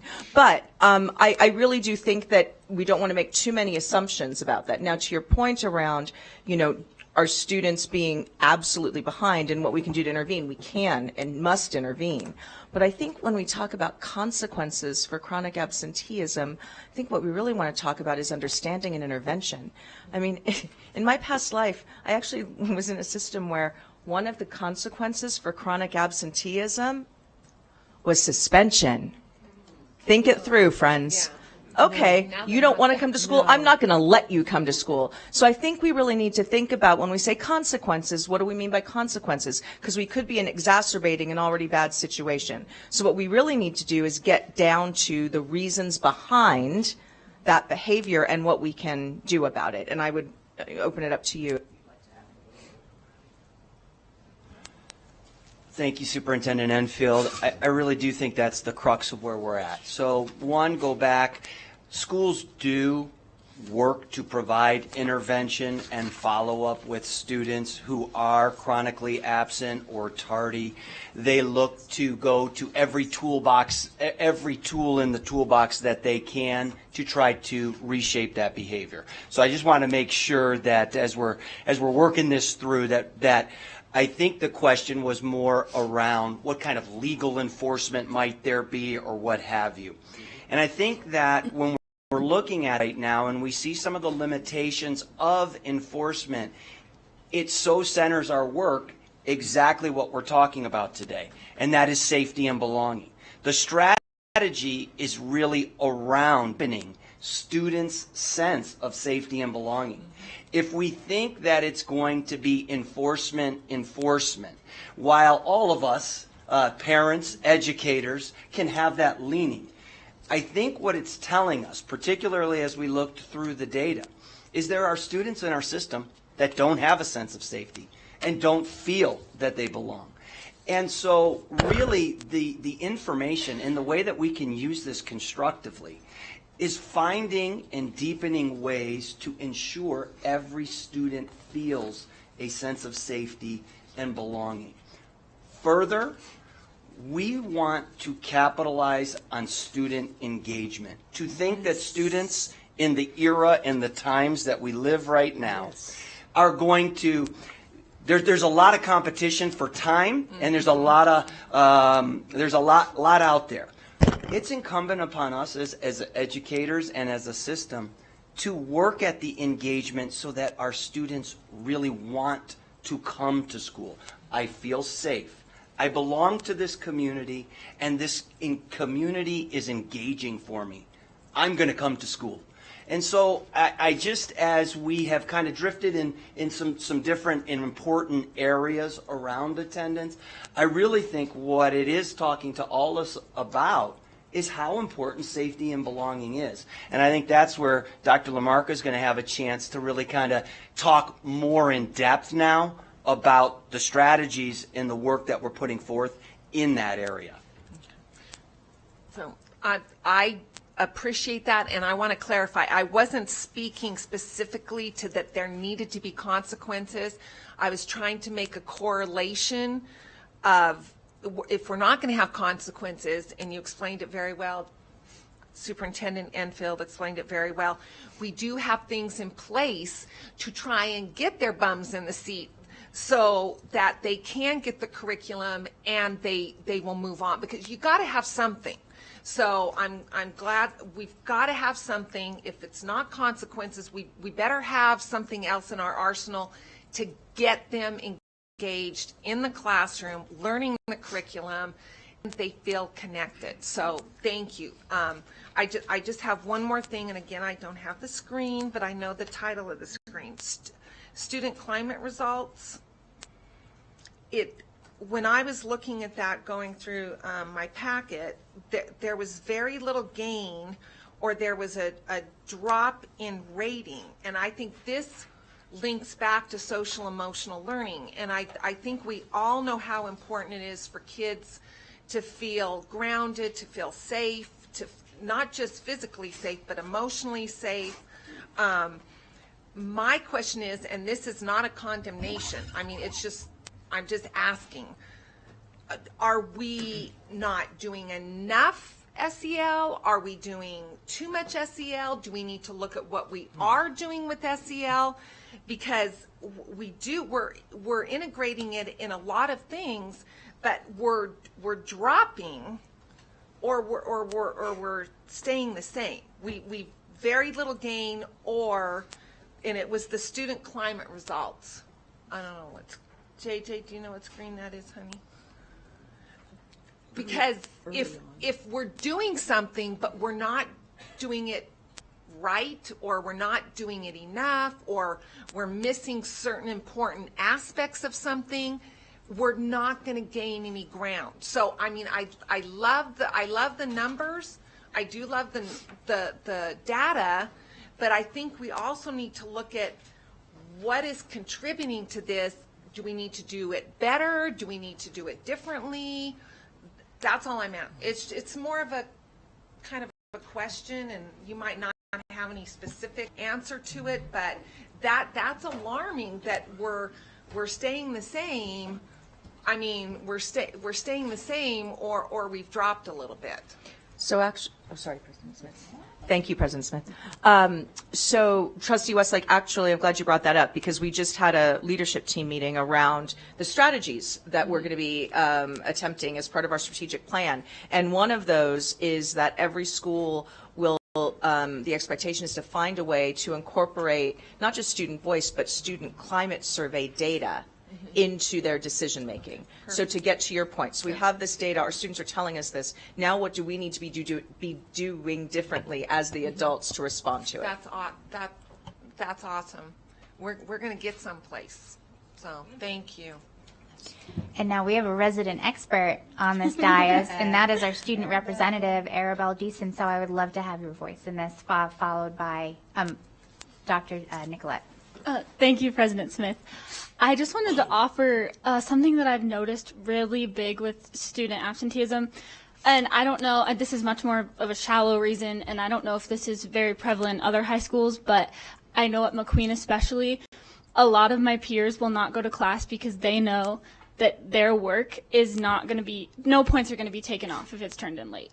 And that is like has a big, big impact on when people make the decision to skip class, because they know, oh, like I'll just get the paper tomorrow and I can do it and I'll get the same exact grade as if I went to class today and I chose to participate then and do it then. So I think that's something that, and I completely understand why that is, because with COVID, it made it so that, you know, that it was a whole situation with late work it was very different. But I think coming back from that, that is something that heavily impacts my peers' decision to skip class. So I just wanted to put that out there because I thought that that was a really big part. That is a very big part and very insightful. Thank you very much. I was going to say, once again, student voice rings clear. Thank you. In an effort to move on, because we're going to get into some really good meat here, the next part of your presentation, Pillar A, I just want to comment on it up front: consistent standards, aligned curriculum and instruction. We talk about student engagement. This is what this is about, and it's about clear pathways, individualized pathways that we work on every day, and we need to get better at it. It's very complex, and so take it away. Next slide. Thanks. In closing, I just want to bring attention to, so we talk a lot about academics and the goals that we really want to follow. And so when I look at like slides 14, for example, and I see the academic disparity in ELA and math, I mean, it's very striking. I will say that in the time I spend with my schools, and I just did a bunch of school visits last week, I did talk with a counselor who tracks attendance very closely, noticed a concerning trend, reached out to the family and found out that they had lost a consistent place to live. And so the school and the district was actually working with them on established housing and housing support. So I say that, one, I mean, it's a troubling story, but the bright spot is that I know that there are staff members reaching out to the families to try to understand the root causes of this, and we do know that those are increasing numbers. But this is and always will remain something that we cannot do on our own. We need our parents and guardians to be our partners in this. And while we can always strengthen what it is that we offer, and I look forward to this next part of the presentation, fundamentally we will always need our parents and guardians to be reaching out to us for support, being open when we reach out to them, and then also helping to get our kids to school. So on that note, Dr. Lamarca, I think you're going to take us through the next portion, and I do want everyone to know that we will be taking a break after this item before we go to item 3.04. Thank you. So thank you very much, and I want to just set this up by saying we are going to do the similar to how we handled it on October 10th. We aren't going to go into as much detail, but I am going to try to give you a fairly comprehensive overview of some of the strategies that we are using. Not all the strategies, but some of the strategies, not only from my office, but from offices across the school district. I do want to point out, and I think a couple of our directors had to leave because of other appointments, but I get the privilege of sharing this, but we have experts that are doing this work behind us. So I do want to acknowledge that there are other people that can answer some of these important questions, and we couldn't move forward without them, so I appreciate that they are here. So we're going to go through each of the pillars to organize our thoughts, and I'm gonna selfishly spend a little bit more time on Pillar B than A, C, and D, but I will comment on A, C, and D as well. And we're going to start with Pillar A. So as Dr. Nicolette pointed out, and I believe you all know, we actually have state standards around social emotional learning. I don't know the exact date when they were adopted by the state. It's probably close to a decade now. That was driven largely by Washoe County School District work. And so I want to acknowledge Trish Schaefer's leadership around that.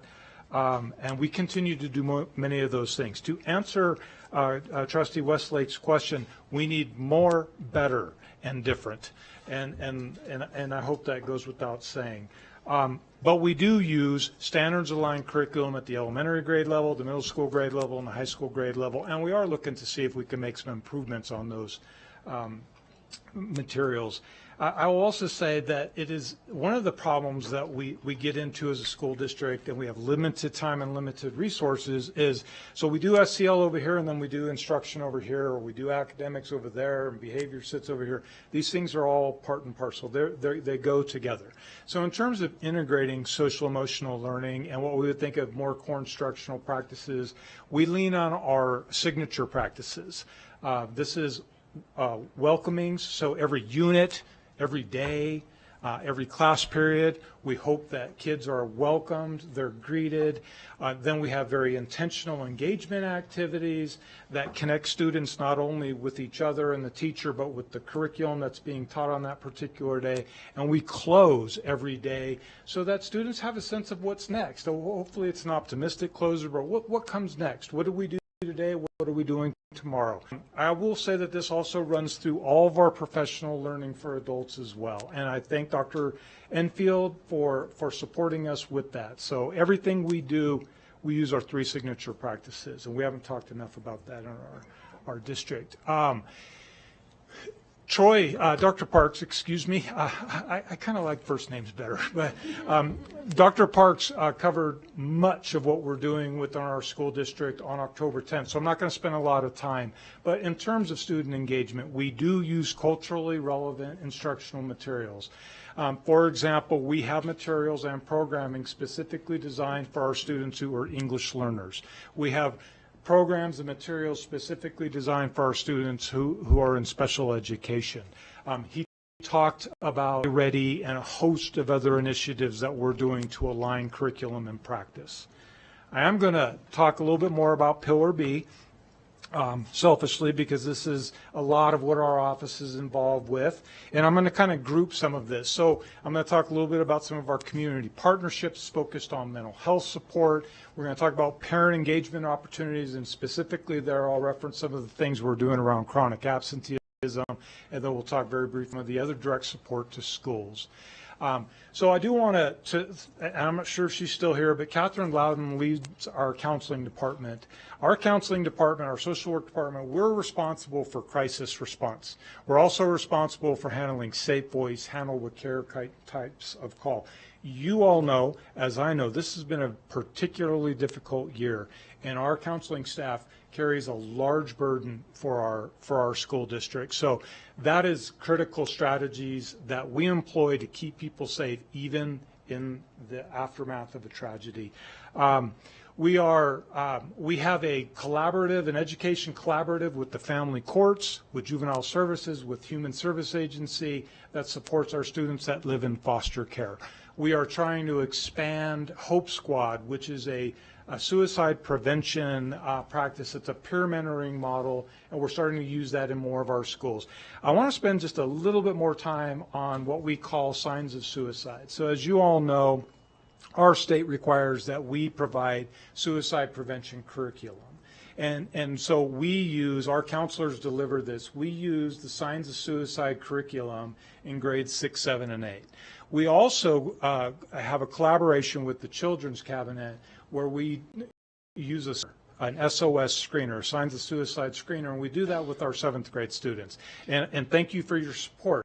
Just a couple of meetings back on consent, you passed a very expensive item to continue that particular program. We get parent permission before we use a screener.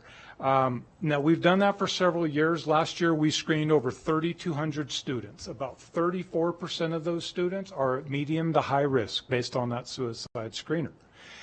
As part of that process, we ask students about whether or not there is a trusted adult within the school environment that they can go to if they have a problem or a friend has a problem. And I won't go into big detail around sort of the programming, but 17% of our students indicated that they do not have a trusted adult.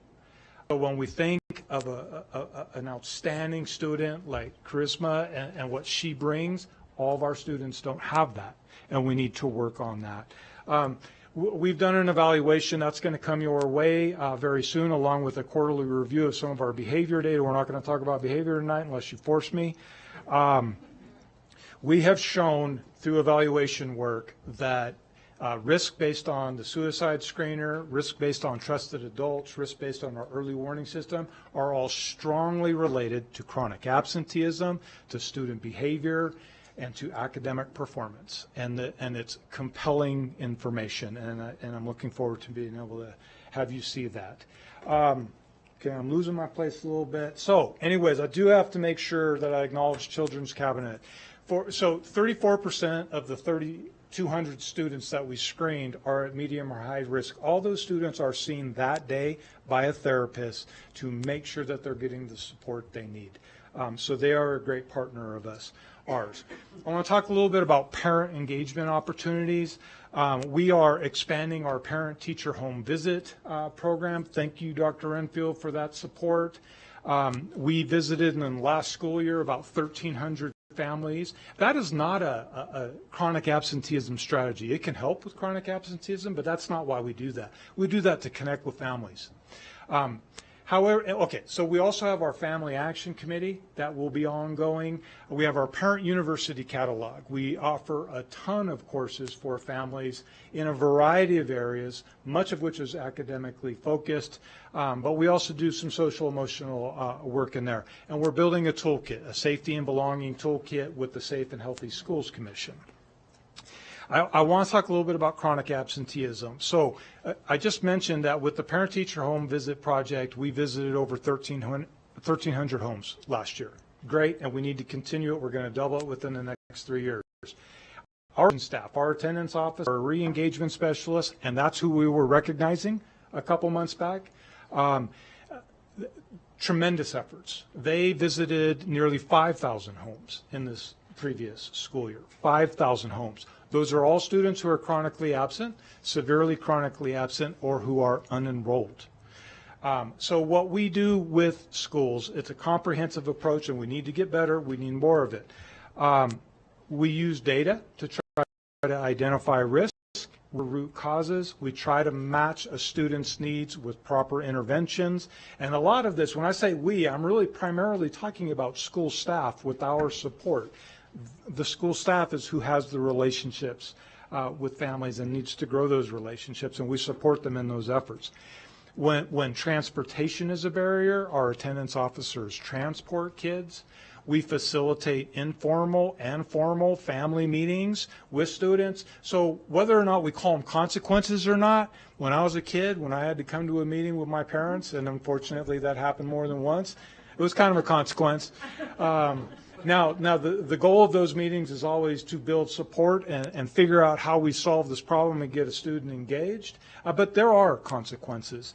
We can cite students for truancy, as we talked about, and students, more formally in that conferencing, we use our student advisory review hearings. Rochelle Murillo, our outstanding director of intervention, she runs that process. We do it at the elementary level and at the secondary level.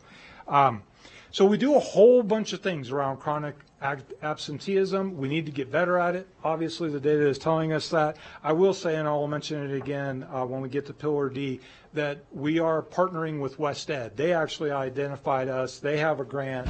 They identified us. They're helping us get our attendance systems to where they need to be. So, I am trying to go as fast as I can. I want to be cognizant of your time commitment. So we have direct support to schools. We were today at McQueen supporting all of our high school principals around this information and really promoting and talking about the need for connectedness activities with students. We need to make sure our schools are doing connectedness activities from the perspective of adults, but also from the perspective of students. I talked about 17% of kids not feeling like they have a trusted adult. I will guarantee you there's adults in those buildings that feel they have a connected relationship with that child. It's not that one's right and one's wrong. It's that there's disconnects, and we need to work when we see those disconnects. We have a toolkit that Doug Taylor and Rochelle Murillo put together for attendance practices. These are run through our multi-tiered systems of support process, so practices that we use with all students and practices we use with students when they're not responding. We have our Native Youth Community Project. We're expanding volunteer services. We're doing a bunch of things around partnering with families, communities, and schools. I do want to just mention a couple of our partnerships very quickly. I can't go through all of them. For example, you heard from Junior Achievement. They're not on this particular list, so this is not an exhaustive list, but we have strong partnerships with our university, with the Human Services Agency, with Juvenile Services, with a host of nonprofit agencies. We have co-located mental health services in 25 or more of our schools right now. So we are doing what we can to support safety and wellness among our students and staff. Pillar C. And I promise I'm going to be as brief as possible. So in elevating our educators, we have used grant money, I think, strategically so that we have identified multi-tiered systems to support coaches in every building, as well as restorative practices coaches. These folks work with us off contract time. They get compensated for that. It allows us to really peer into schools and see what their needs are. It also provides us a person that we can train who then has the expectation to go train school staff. It's an incredible strategy, I think, that we are using. We have a host of course offerings within MyPGS to support teachers and administrators as they seek licensure renewal. Many of the courses, but we have equity and diversity courses. We have SEL courses. We have courses around how to promote student voice within buildings. We're trying to expand that. We have a focus, and thank you again, Dr. Enfield, for that, around adult SEL. We are working right now with a group out of Yale University around emotional intelligence. We have to take care of our adults in order to take care of our kids. And then we also support our teachers that are seeking national board certification. As part of that, there's a component piece around building relationships with students and building relationships with families. That's part of that work. That's part of safety and belonging. All right. Culture of excellence and accountability. We've talked about this in previous presentations, but we are trying to provide schools with consistent templates so that they can develop, implement, and monitor student plans. These are plans that might be because of student behavior, that might be because of attendance, they might be because of a transition that is occurring, but we need to get better at really dialing that in. We are pressing on our students, and we have legislation that's telling us to do that, but we would do it anyways, to more strongly use data to drive their decision making. And so I'm very fortunate because I get to work with Dr. Davidson and Mr.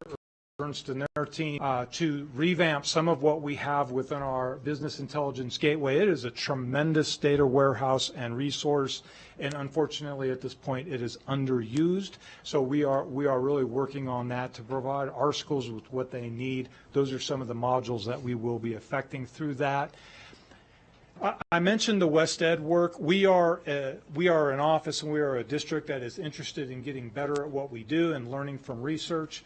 We have partnerships with Centers for Disease Control, American Institutes of Research, West Ed, all looking at our MTS systems and how they support safety. And we are fortunate to be a part of those partnerships. And then finally, and then I'll wrap up. I'd be remiss if I didn't talk about things you've already heard, but we have a tremendous operations office and departments. The facilities modernization plan is always looking at the lens of safety and welcoming environments, whether that be through single points of entry, secure perimeters. We know passing these things on through. We're expanding our visitor management systems. We're rolling out Centegix. Emergency preparedness. Roy Anderson, Jason Trevino. They're doing a whole bunch of work to support our schools around safety. So that's a lot in a short period of time, but I think this is a natural breaking point. All right. I don't see any lights on, so I'll say let's continue on to our spotlight on Billinghurst Middle School. Wonderful. It's my pleasure to welcome to the table Principal Jason Maddock and Associate Chief Tiffany McMaster. Welcome. Wow. No applause necessary. Thanks. You're still here. Hey. Hi. Let's do this. How are you? Good, how are you? Good. Been in and out. Had to arrange the kids getting to soccer game. Keena's last game's in 50 minutes. So you're on the clock. All right. I'm just kidding. Tiffany McMaster for the record. Hi, Dr. Enfield, President Smith, members of the Board of Trustees. So happy to have Billinghurst Middle School here highlighted. Principal Maddock is going to walk you through some of the data for the school, but you know, when we started talking about safety and belonging, we thought we want to really highlight a school that stands out. And I know that in my mind, Billinghurst always stood out as a school that was very intentional about their work around safety and belonging. But we wanted to know what the data said. And the data supported this as well, and just shows the strength of the leadership in the building and the connectedness with all of the staff members and how that impacts the lives of students. So incredible work, Principal Maddock and your team. Well, thank you. Appreciate all you do. So could you walk us through your data? Yeah. It's data, and I think I'll start by saying this is not the work of one, but the work of many. And that'll be the common theme throughout the next couple slides.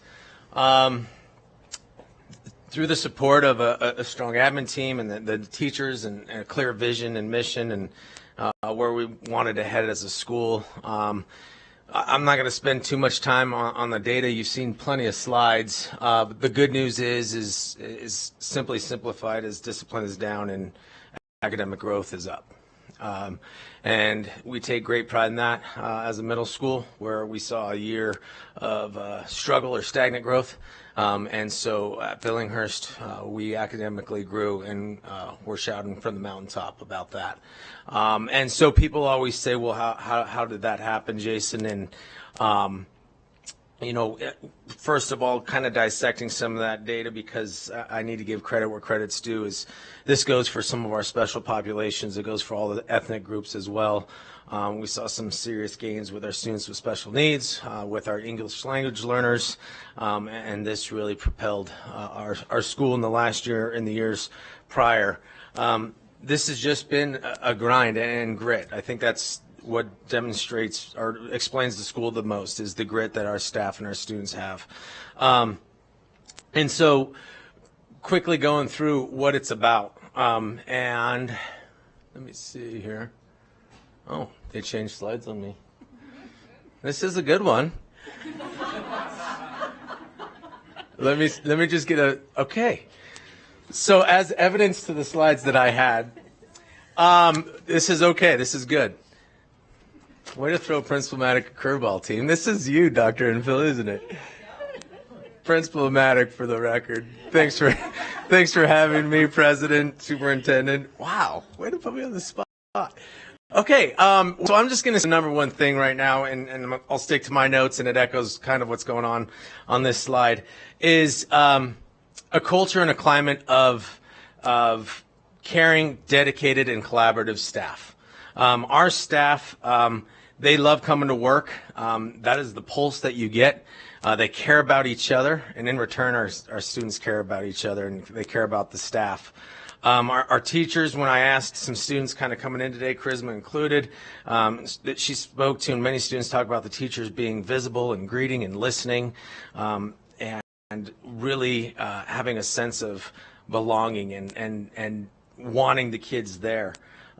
We're a close-knit family. Our vision at our school is every student by their name, strength, need, and story is what we added into our school performance plan.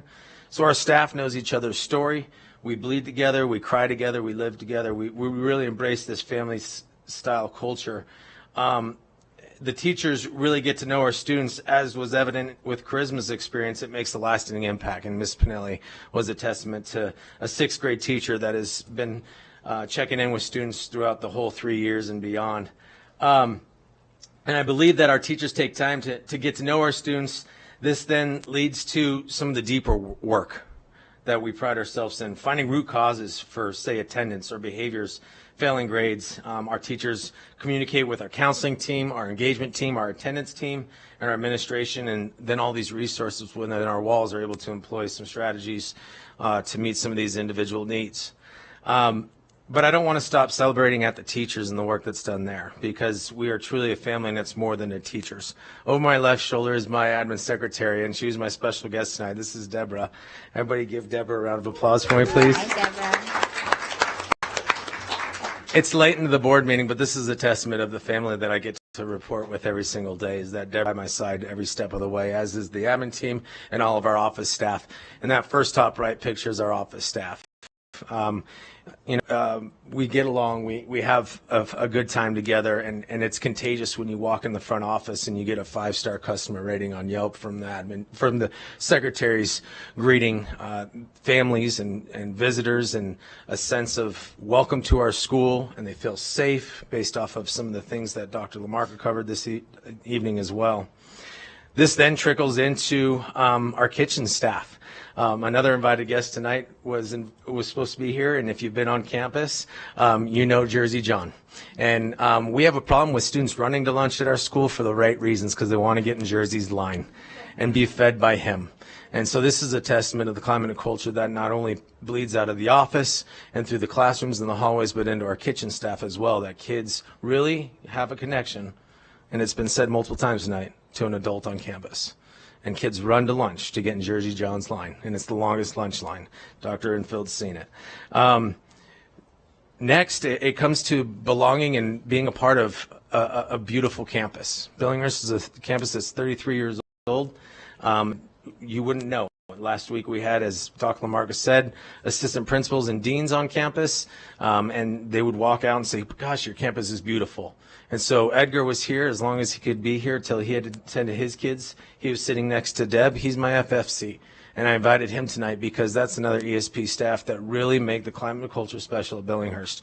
And that gives this building, even though 33 years old, a sense of newness and beauty and pride and school esteem.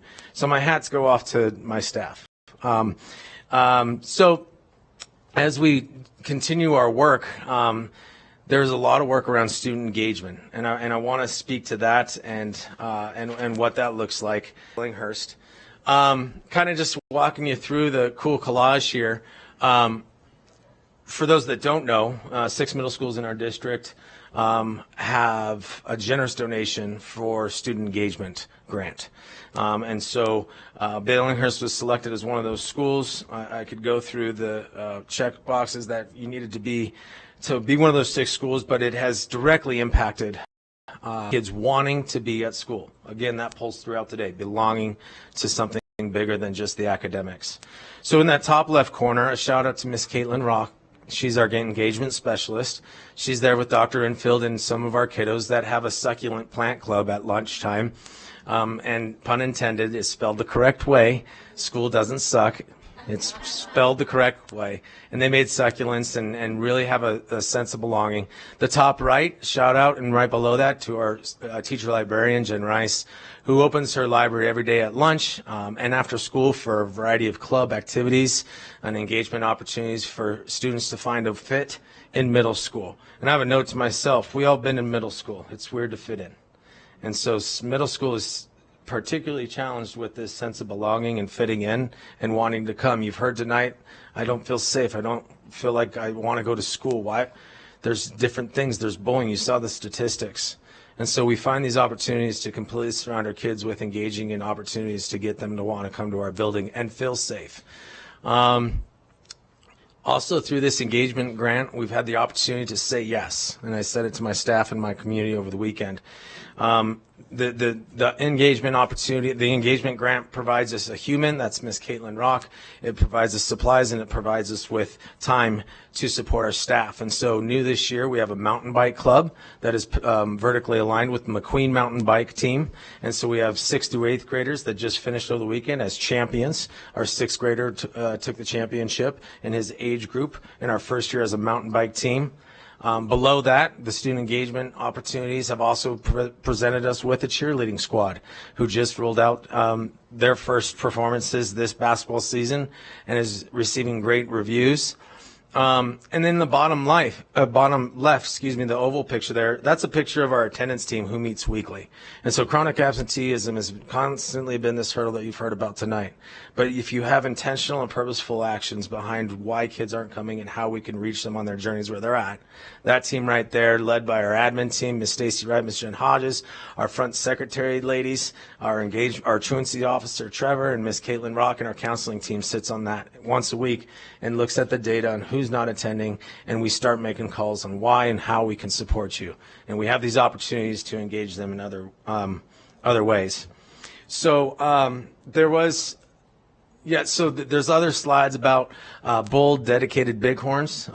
I think I would be remiss if I didn't mention that we have a very clear mission around being bold, dedicated bighorns. It is part of our brand. It's part of our logo. It's part of who we are.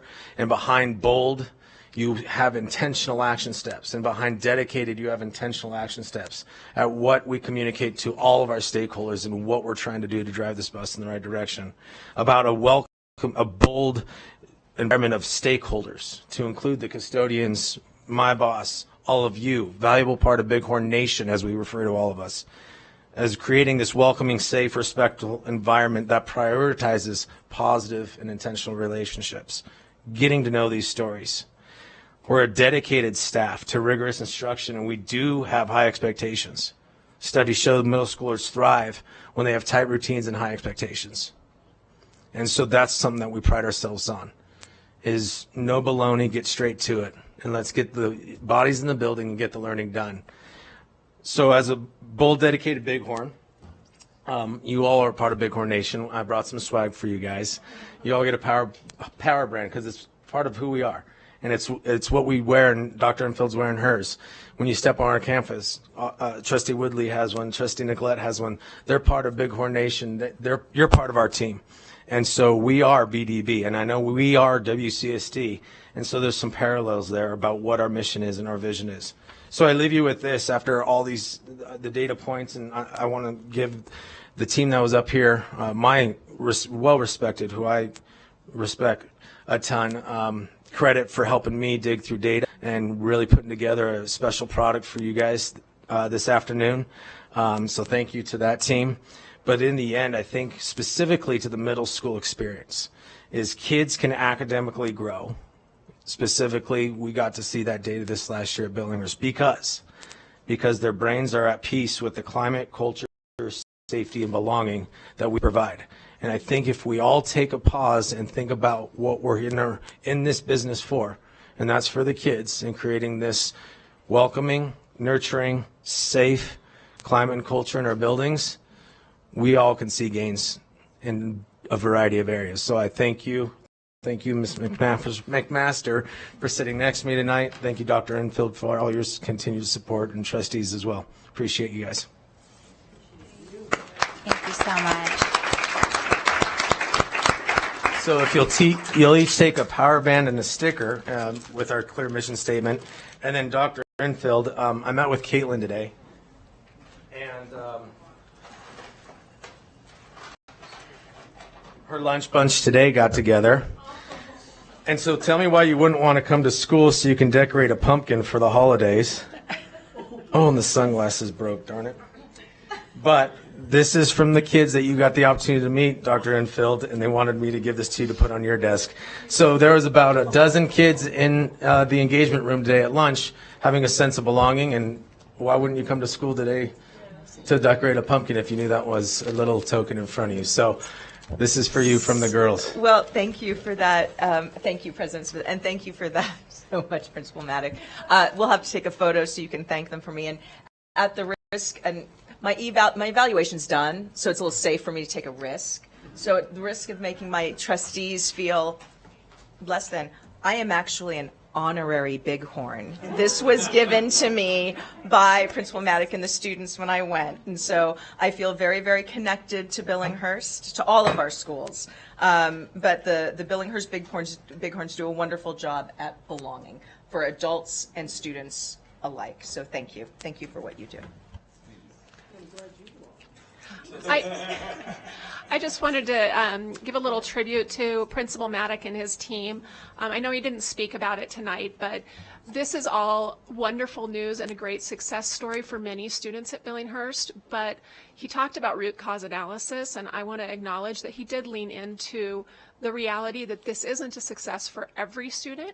And I thought they did something really creative and innovative this year to address that. They disaggregated the data and determined that the students that were not being successful were typically students that were new to the area, that moved to Billinghurst, that didn't go to some of the feeder elementary schools. And they took it on themselves to pull their team together, and they leaned on one of the strengths, which is their incredible office staff and how warm and friendly and welcoming they are. And they thought, if that's the first impression, how can we make that impression last longer? So they started entrance interviews with students. It's either done by an admin team member or counselor. They get to know the student on a personal level. What are their interests? What do they like? What do they do outside of school? What is some things about their family? What do you wish adults in this building knew about you?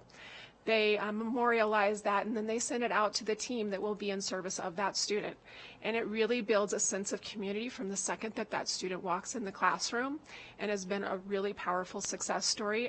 He was telling me a story of a student who indicated that she really loved yoga. And so they purposely put her with a teacher who's a yoga instructor. They were able to connect from the very moment that that student walked in the classroom. And that student had that sense of belonging on day one. So I think that's a tribute of leaning into a root cause analysis, figuring out what is not going well, and how can you leverage what is going well to address it. Thank you. Thank you so much.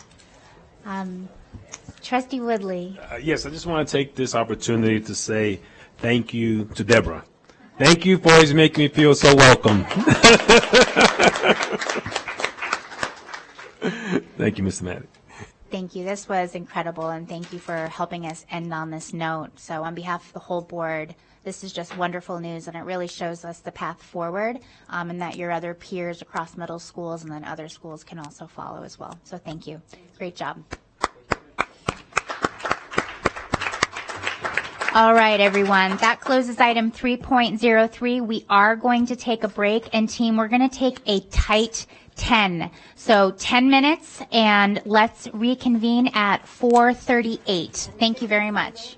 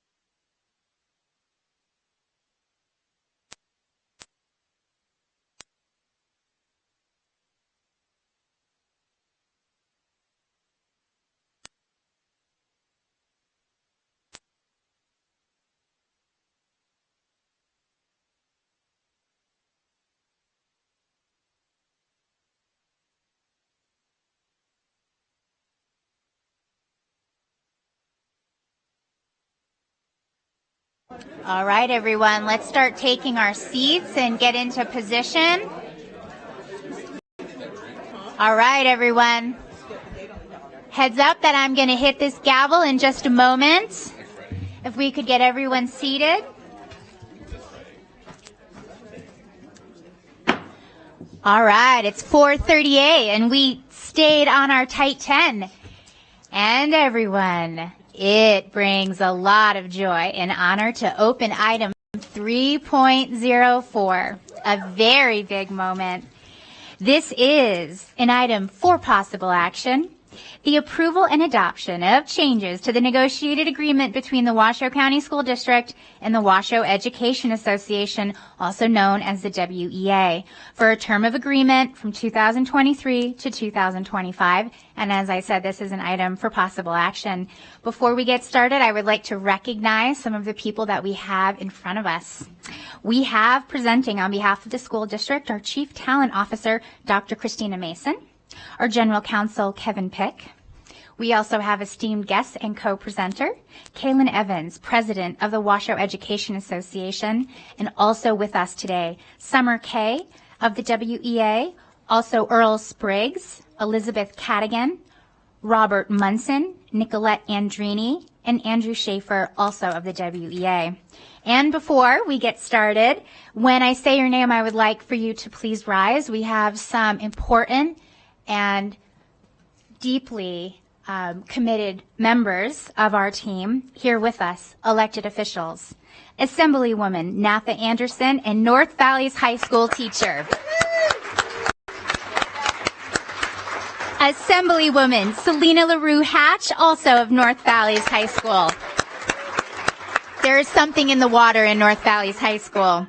And Assemblywoman Dr. Angela Taylor, former president of the Washoe County School District Board of Trustees. Thank you for being with us today, and how outstanding are we to have three legislators here with us connected to our school district. And now, with no more ado, we would like to open this item for presentation. Thank you. Thank you, President Smith. To the trustees and Dr. Enfield and our community, I am the very honored Chief Talent Officer of the Washoe County School District, Dr. Christina Mason. I am here today, again, with General Counsel Pick and with WEA, Kaylin Evans, as one of our co-presenters for this historic tentative agreement.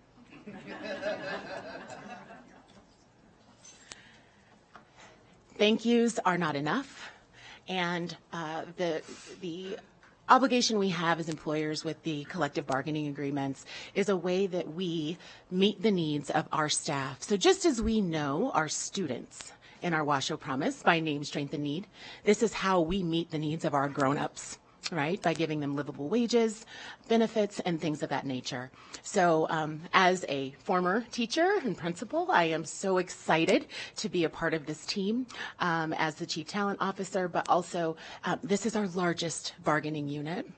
I'd like to also thank not only the staff that have worked so hard in this negotiation process, but also our legislators for providing the opportunity and avenue for us to do this, in addition to those that we work alongside every single day, so the WEA, namely Summer and Kaylin Evans, Earl, and the entire negotiations team, and our Washoe School District negotiations team. I'd like to give them a mention right now. Dr. Mike Paul, Associate Chief of Teaching, Learning, and Leadership. Anthony Spots, Interim Labor Relations Manager. Mark Mathers, Chief Financial Officer. Myself, and then, of course, our Chief Negotiator, Anthony Hall, Esquire, and Kevin Pick, our labor relations attorney here for the district. And also, I want to thank Dr. Enfield and you, trustees, for your commitment to elevating our educators and really putting rubber to the road for that. So thank you so much. This agreement represents a very positive and collaborative effort and approach.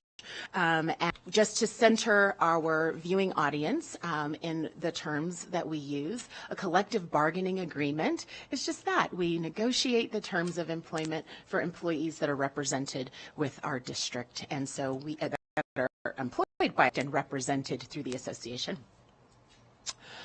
I'll go ahead and start, and then I'll turn it over to Counselor Pick so that he can fill in some more very important information, as well as then turning it over to Mr. Evans for his feedback and comments.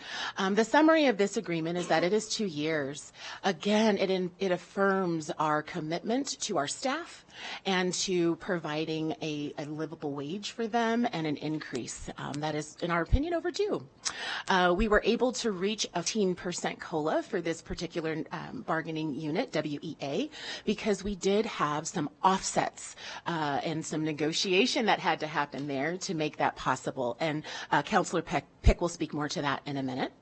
In year 2, which will be start the school year next year, there will be a 2% increase on top of the 14% that we will be retroactively applying should you choose to ratify this agreement today. And also teachers as the frontline support for our students. And, you know, when I think about my childhood, every year of my life, I can remember a teacher that impacted me greatly, right? And so they are also eligible for that SB 231 match. And then some other things we were able to accomplish was just a streamlining and consistency of wording. We've talked about that previously, but I do want to really give a shout out to our chief negotiator and our Office of General Counsel for painstakingly looking through all of that verbiage and language and making some recommendations so that we could do better. So with that, I'll turn it over to Councillor Pick. Thank you, Chief Mason. Thank you, President Smith, Superintendent Enfield, and Board. Kevin Pick, for the record, District's Employment and Labor General Counsel. I'm going to go into some specifics after we just saw the summary. And on this slide, we can see the individual COLAs here. So it's a 14% in fiscal year 24, which is this current year, and that'll be retroactive to July 1st. I want to note 0.8% of the 14% is due to offsets we were able to do onto weighted funding and cost savings by things such as eliminating the ESIP, the Early Separation Incentive Plan. Year 1 COLA is again retroactive to 2023. Next year, we see a 2% COLA in fiscal year 2025. Other salary adjustments, which are important to mention. Through negotiations, we were able to fix the step freeze, which occurred during the Great Recession, and give that step back to the staff that were affected at that time. We were also able to add an additional step to the top of the pay schedule to promote retention of our most experienced educators as well. This slide talks about SB 231. We've had a lot of discussion on SB 231 here, but for the record, it's a fund enacted by the state during the last legislative session, which allows a limited match on new salary increases. The maximum match under SB 231 is approximately 4%. Now, because of the size of the year 1 COLA that's been agreed to and tentatively agreed to in this, we are able to apply for the maximum match of 4%, approximately 4%. WA employees will receive approximately 4% in year 1, and that match will continue into year 2. Thanks. This slide talks about the signing and retention bonuses that we negotiated as part of this bargaining as well. These are for signing and retention bonuses for SPED positions, which are particularly hard to fill positions. New employees in those eligible positions will receive a $5,000 signing bonus, but they must stay in the position for 2 years and they must commit to do so. Current employees in those positions already will receive a $2,500 retention bonus at the end of the 2023 school year, and then an additional $2,500 bonus at the end of the 2024 school year. These bonuses are non-recurring costs covered by the general fund's fund balance and cost savings. Thank you.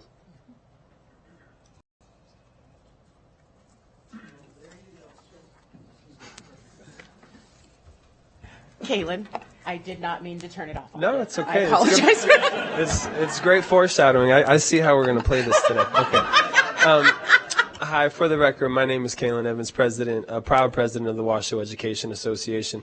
And I first want to just say thank you for this opportunity to co-present this, in building these relationships and building that trust amongst both of our organizations. It's humbling and a great opportunity to stand up here without a timer. So I really appreciate that.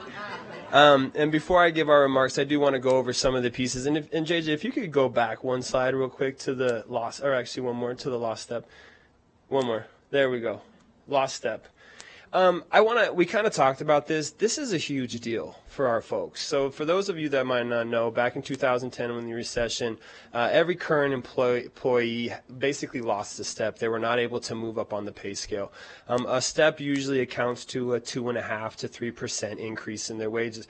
But it's not just that year. It's every year. Because every year now you're compounding that loss year after year. It was something that if you were impacted by it, it's still held a lot of angst for those folks. These are our folks who have been through it all. They've been in the trenches working as hard as they possibly can, and it was really important for us to recognize the work that they had done of our mid and late career folks. And then we figured out, okay, hey, we can give it back. Well, a lot of them had nowhere to jump to, because they had maxed out on the pay scale. And so fortunately, through collaborating with the district, we were able to open up an additional step for them to move to, which will increase their overall compensation by about 2.5% on top of the 20 that they're getting. So it's a significant increase for those folks. But it also then continues to provide incentives for our late career educators to have an additional step to move to. So I just wanted to quickly touch on that. Thank you. So this wasn't just, obviously there's a lot of monetary pieces, but this is really about a quality of life, a quality of work, the working conditions for our folks and making them feel appreciated and supported. This first one is a new restructuring of the pay scale. And I don't want to go too into the weeds with this. This is a significant improvement over our previous pay scale. What this allows to do is a more equitable reflection of the work that our folks are doing. So there's a couple nuances. But long story short, what it does is it allows more recognition of the credits and the trainings that our folks are doing to be recognized for column advancement, which advances their pay scale. And then it also is up the very back end of the pay scale, which traditionally you had to have a PhD to get over there. And it just wasn't a very feasible thing for a lot of our folks, because the pay increase versus what it would cost you to go back to school and get a PhD, it just doesn't make any sense. So when we were able to start opening those things up, it's really going to incentivize our mid and our late career folks the opportunity to stay engaged, to have incentives to continue increasing their aptitude for their profession. And so this is a significant future earning potential, but future motivation for our current staff on this restructuring of the pay scale. We also have a great one around, for all of you know, with our IEPs. We have a lot of students that are on IEPs, our special education students, and a lot of those meetings are being done outside of contract hours. And so our folks are open to spend, and it's not just the special education, right? You would have the counselors there, you'd have the gen ed teachers, you might have a learning facilitator. It depends on who's on that team. Everyone in our unit is now eligible, if it goes 30 minutes outside of their contract time, to get a one-time stipend to acknowledge the work that they're having to do outside of the contract. And that's a huge, maybe the cost isn't huge, but the recognition of the fact that teachers are always having to do work above and beyond what is outlined in their daily schedule and what's outlined in their contract, and we need to start recognizing and compensating the work that they're already doing. Another one with licensed educators. Again, these are they might seem kind of small on the surface, but they're acknowledgement of the work. So making sure that whether you're a counselor or you're a dean or you're a member of our bargaining unit, if you're covering for a class, you deserve the same compensation rate that a teacher would, right? You're putting in the work. So we're really always working on how we can make the compensation and the benefits equitable across a very diverse and large bargaining unit. And it's very troubling because when you have such a large, diverse bargaining unit, you have a lot of specific needs and issues that need to be addressed. So we're trying to do all we can to elevate the entire unit while also addressing specific needs of our bargaining unit. this is the next one's a great example, the extension of our dean contracts. Our deans are typically expected to come in over the summer, and they work with their admin team, right? They work with their admin team over the summer before their contract starts because they're part of that leadership group. The administrators are contracted to be at that time. They are not. So now by extending their contracts, similar to what we do with counselors, again, they're already doing the work. They were already coming in over the summertime to do this work anyways, but now we're able to recognize in some small ways that work that they're doing for those. We were able to increase the incline staff geographic allowance. So this is a stipend that's paid to those teachers that are having to commute up to incline, and whether they're commuting with the cost of gas, we all understand, or you're living up there, significantly higher cost of living. So it was a small way to recognize this. And then the Appendix B, I've been up here on public comment to talk about Appendix B. This is something that's really important to us as an organization, and I know there's a shared interest with the district on this because we have a shared commitment around providing extracurricular and intercurricular activities for all students, regardless of their age, right? For elementary up through secondary, improving our ability to provide athletics for those students, and those are the things that we know engage students becoming a part of the school culture. When we're talking about the whole presentation on truancy, right? We get kids in those. So we have an immediate increase right now, but then we have an understanding that we're going to be reopening that one particular item here in the springtime with the shared collaboration on trying to get that addressed systemically going forward. So those are just the kind of the key pieces on there that I wanted to touch. And then real quick, I just wanted to explain the process with this for us. We collect surveys from all of our folks, individual responses that we collect from members that allow us to get an idea of what are the needs of our folks. On top of all of this data that we collect, all of our board are current educators. They're in the classroom every day in the trenches. Myself, our amazing staff work with educators day in and day out, so we feel like we have a really good pulse on what our folks need. And so from there, we would take all these, and we have our negotiation team, which I want to make sure we recognize again. Our table team specifically, our amazing executive director, executive director, our leader, Summer Kay. We also had our UNISERV director, Earl Spriggs, Elizabeth Cadigan, Nick Drini, Robert Munson, and Andrew Schaefer. If we could all give them a little round of applause. Thank you.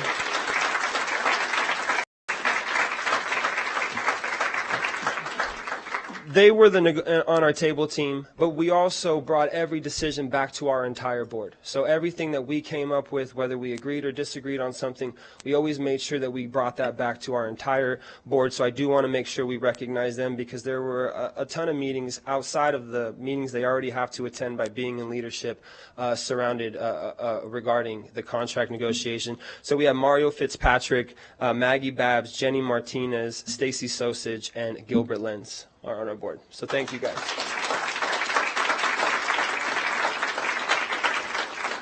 We also had a handful of folks that we call experts that come in and they help us present certain items to the district's team. They have a unique focus and expertise that provide us with information. So we had both the athletic director at Spanish Springs, Art Anderson, the athletic director at Galena High School, Greg Sakalaris, who came in and helped us present around the AD position and Appendix B. Same with Kenny Baker, who teaches music up at McQueen High School. And then we had Rachel Drake, who came in and gave us some expertise and insight around some items surrounding counselors that we were. So I just wanted to make sure that we gave them recognition for the work that they did as well. Yes, please.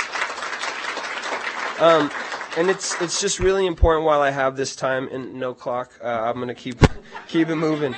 The ability for us to achieve this, right? The collective push by both the district's team and the association. We wouldn't have been able to do this if we didn't have the investments in public education that we saw this last legislative session, right?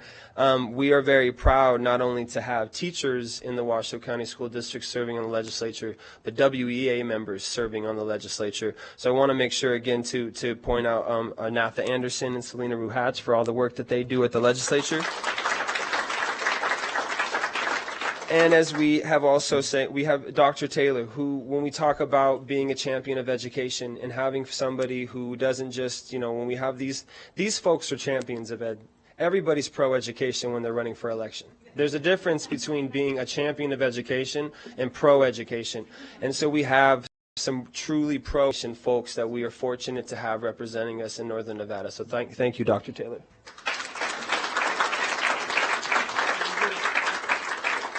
And understanding when we came here that none of this would have been possible without all of you in front of me. Okay, I know how much you have supported us. I know how much we have to push each other. And without that, and I tell our folks all the time how important school board is, because we can have all the funding that we want when it comes to the legislature, but ultimately it comes to those of you that are leading our district and making those decisions.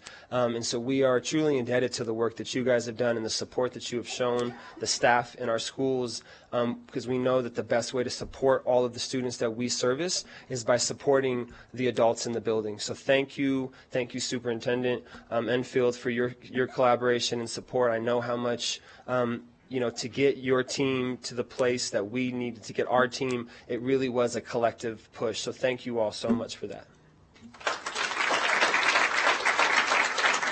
And I'm sorry, I got one more thing. Okay, because again, I don't have a clock here. I don't have a timer. You're okay. I know you can change that. No, You're and okay. sorry, just real quick, because I think it's important to acknowledge too the activism, right?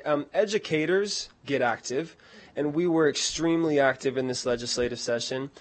We as a local had turned out over 100 different folks in different capacities to the legislature. Everything from directly lobbying with legislators, public comment, testifying. That's beyond just the rallies and events that we're putting on to put pressure on legislators. But it's not just here in Washoe County. We have folks across the state who are doing this, educators across the state.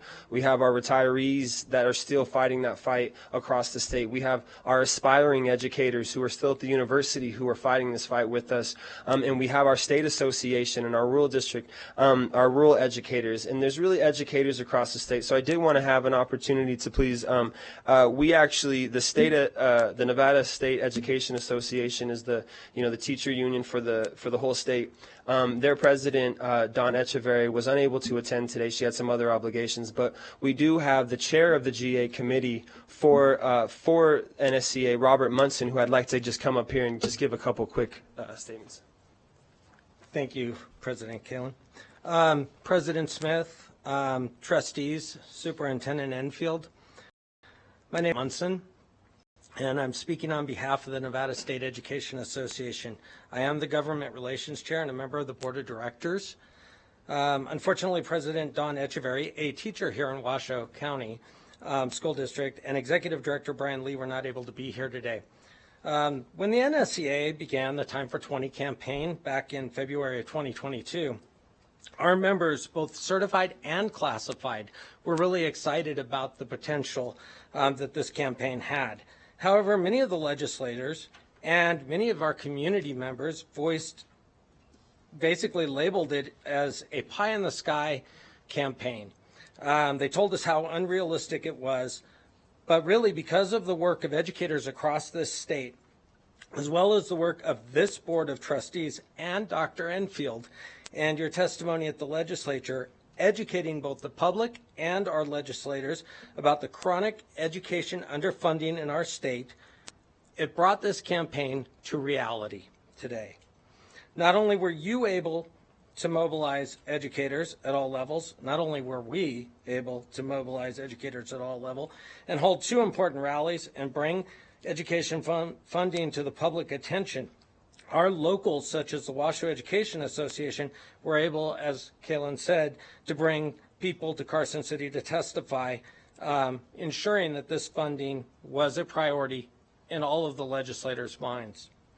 Dr. Enfield and President Smith's testimony worked also in educating our legislators and the public.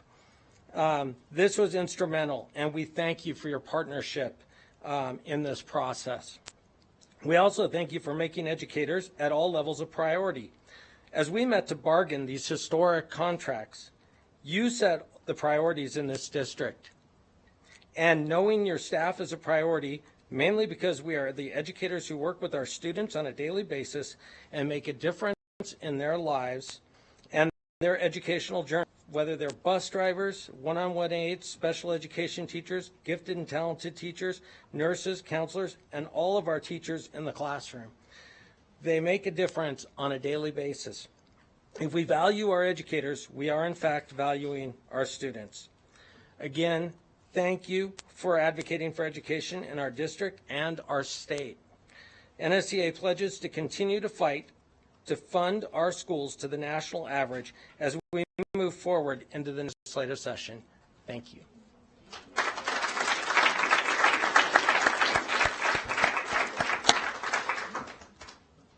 I'm done. Okay. No, I had to pause there. But again, I just wanted to say thank you all so much for everything you've done. Sincerely, the work to get us to this place. So much work of years. Like I get almost choked up when I talk about it because you get to a point of putting so much passion and effort into something and to see it get to a point, and we're not going to fix decades of underfunding in one contract. We have a lot of stuff still to do, but this is something that we should be proud of, and we need to use this as momentum to go forward because we've got a lot of work left to do. So thank you so much.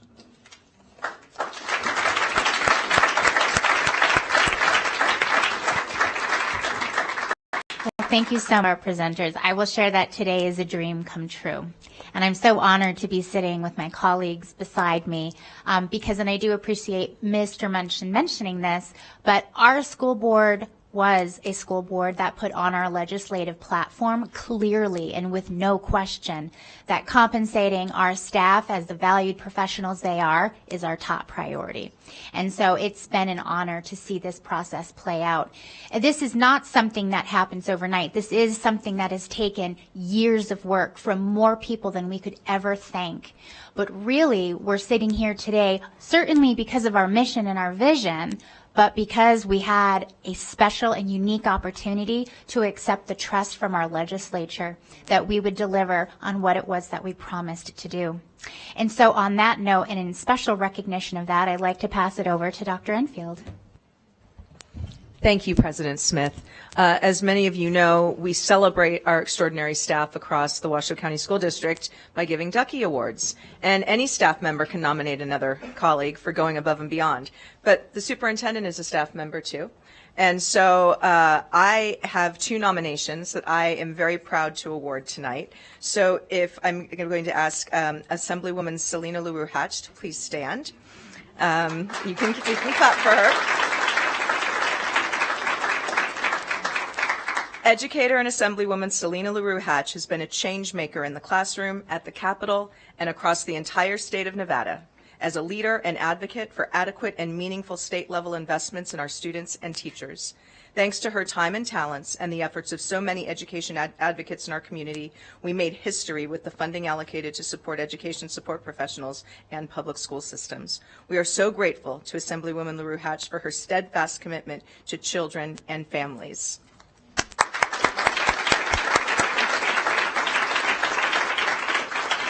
And you may stay standing because I'm going to ask your colleague, Assemblywoman Natha Anderson, to please rise, and we can clap for Assemblywoman Anderson. And by the way, what we're going to do after is there will be a group photo, and then the two of us will get together, and I'll give you a real duckies. That's right. So, cannot be bought in any store, by the way. Can only be given here in the Washoe County School District. Assemblywoman and talented teacher Natha Anderson has been a relentless advocate for improved working conditions for Nevada educators. Thanks to her tireless efforts during the 22-23 legislative session and the work of countless educators and education advocates statewide, public education systems across our state received historic funding increases. As we celebrate the new bargaining agreement between the Washoe County School District and the Washoe Education Association, and the well-deserved and long overdue pay increase it provides to our teachers and staff, we must also recognize leaders like Assemblywoman Anderson who have helped us get to this moment. We are so fortunate to have her leadership not only in the Capitol but also in the classroom.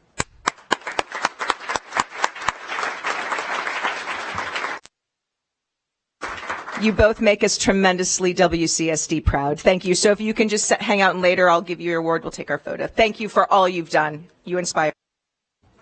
Thank you so much. So something that I'd like to add that President Evans also talked about, and then we also heard this from Dr. Mason as well, is that a moment like this is created by multiple people over time, but it also involves evolving our mindset. And that's not to say that we weren't partners before, but we had to reframe that around where it was that we wanted to be and how we needed to grow together in order to be there. And so I would personally like to thank everyone involved in this process for demonstrating that growth in perspective, that reaching across, that partnership, because even when we disagree, we knew that we were pointed in the same direction, and that makes a big difference. So before we go to public comment, I wanted to see if my colleagues have any questions or thoughts. Otherwise, we'll go ahead and we will move to public comment because this is an item for action. Trustee Westlake. Thank you, President Smith. It's a comment. I just want to reiterate, and it was kind of stated in different things that individuals said, but this is an amazing investment in our children. I mean, I'm so grateful and thankful that we were able to do this for our teachers and other staff members that are so deserving, that are out there serving our children. But it can't be lost on the public, it can't be lost on any of us, that this is an investment in our children. And investing in our children is going to raise our community, and I am just so thankful we have a community and we have individuals in the community that have gone to bat for our kids, that are serving our kids, that it's just a love for our children. So, thank you. Thank you, President Smith. Dr. Mason, could you just clarify the positions, you can be broad, that are in this particular contract? Sure. Christina Mason for the record. So it is our teachers, our special education teachers. We have librarians. I actually need to get you, I can get you a detailed list. I do not want to. Oh, you got it? Okay. Yeah, and I'm hoping I get them all too. You have in here, Dr. Mason. Well, there we go. Just the breadth of our special education, I mean, just within special education, but every special education certified professional. We have teachers, obviously, we have counselors, we have social workers, we have deans, we have speech pathologists still within the special education room, certified librarians, certified nurses. We do have certified nurses. Am I missing anybody else? Huh? It's quite an OTs, extensive PTs, list. We but can those are all provide under the it. special education umbrellas. So I didn't. There's a lot of those, that fall within the special education umbrella: OTs, PTs, speech paths, all of those. Thank you for that. I think it's just important that the public understand that this is our certified staff, which includes very broad, across the spectrum of education, not necessarily teachers in the classroom. Clearly, that's part of it, but far more than just that. Thank you. Nearly 4,000 employees and their families are being Just impacted. under, yes. Right, just under 4,000. I mean, it's a significant number of impact. Thank you. JJ, let's go to public comment. Beth Martin. Welcome, Ms. Martin. Hello, thank you for having me here today. I am Beth Martin, proud employee of Washoe County School District for 16 years now. And I just want to express what a positive impact this has on me and my family. Me, not, just as the employee, but I also have 3 children in the Washoe County School District, and as Trustee Westlake pointed out, this positively impacts them. They've always loved school, they've always loved their teacher, but always knowing, me being an educator, they know that their teachers deserve better. As Mr. Evans mentioned, the years of hard work that this took for it to pay off, I appreciate everyone's efforts in getting us here. I appreciate Dr. Enfield coming straight out of the gates when you got here, acknowledging that we deserve better by compensation. This enriches everyone's lives that are a part of our Washoe County School District. So from the bottom of my heart, thank you for the difference that this will make for me, but most importantly, my children and the children within the school district. So thank you very much. Thank you so much, Ms. Martin. So this one is really tough because I know we're here for celebration, but during public comment, we do have the expectation that although in this case we are showing love, and I know I will be taken to task if I do not enforce this across the board. So I fully support that, but we'll get through our public commenters. And I promise, well, I shouldn't say that. I personally look forward to what comes after this item. Gilbert Lenz. Hi, Mr. Lenz. Hi. Our work is about legacies and generations. Thank you for letting me speak briefly. President Smith, Superintendent Enfield, trusted trustees. My name is Gilbert Lenz, and I am a product of Washoe County School District education. My parents were both Washoe County educators. My grandmother actually was the president of this school board, Elizabeth Lenz, so it's kind of cool standing up here in front of you guys. I'm also an Afghanistan combat veteran, and I'm a current serving member of the Army National Guard. And I've gotten to be a high school teacher in North Valley's high school for the last 15 years. Nice shirt, Joe. I like that. Got some awesome colleagues here. North Valley's is well represented in this room right now. I wanted to say that it's been difficult the last 10 years, as we know, but this contract is a game changer for us, for the future. It is a leap forward with regards to respect for education and for our profession. And it's going to make a difference for us every day. I can already feel the difference in our building, which is the largest high school in Washoe County School District. I'm also a union board member for the WA now also. I'm the newest one. This is going to help us fill our teacher vacancies with qualified teachers, and it's going to help us recruit new people into education that are going to enrich our county's education. And thank you for making this contract possible. I know it's been a long road. It was almost like a dream a couple of years ago.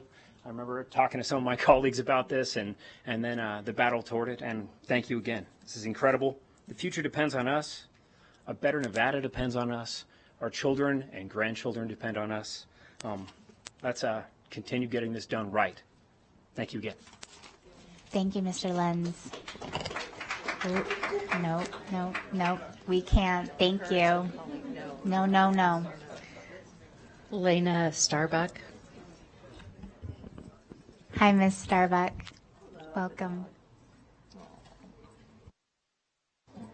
President Smith, Superintendent Enfield, thank you. Board of Trustees, ladies and gentlemen, distinguished guests and fellow citizens, today I want to address a pressing issue that affects the backbone of our society, our children's future. This disparity between teacher pay and the current economic market, nowhere in this discrepancy more evident than in a city like Reno, Nevada, where the average home price has surged to a staggering $500,000. Let's take a moment to reflect on the stark reality that teachers in Reno and many other regions across the nation are facing. For an average mortgage, the down payment required is substantial, $100,000, coupled with the 7% interest rate, which translates to a monthly payment of approximately $3,600.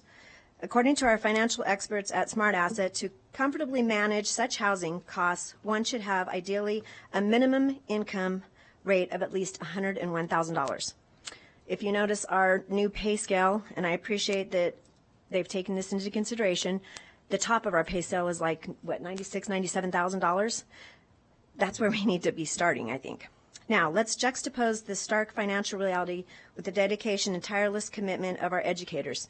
These individuals who shape the minds of our children, just like you were saying, and prepare them for our future, we can only imagine, find themselves struggling to achieve something as fundamental as home ownership, even after dedicating 3 decades of their lives to their profession. Myself. This situation is not only concerning, it is a grave injustice. Our teachers are at the forefront of the nation's progress. They are the ones nurturing the leaders, innovators, and change makers of tomorrow. Their work is essential. Their influence immeasurable, and yet their salaries fall short of ensuring them a comfortable, secure life in this challenging economic landscape. We must ask ourselves, what message does this disparity send about our values and prioritizes as a society? It is not just a matter of teacher pay, it is a matter of respect, gratitude, and recognizing the impact these educators have on our collective future. As we gather here today, I implore you to understand the urgency of this issue.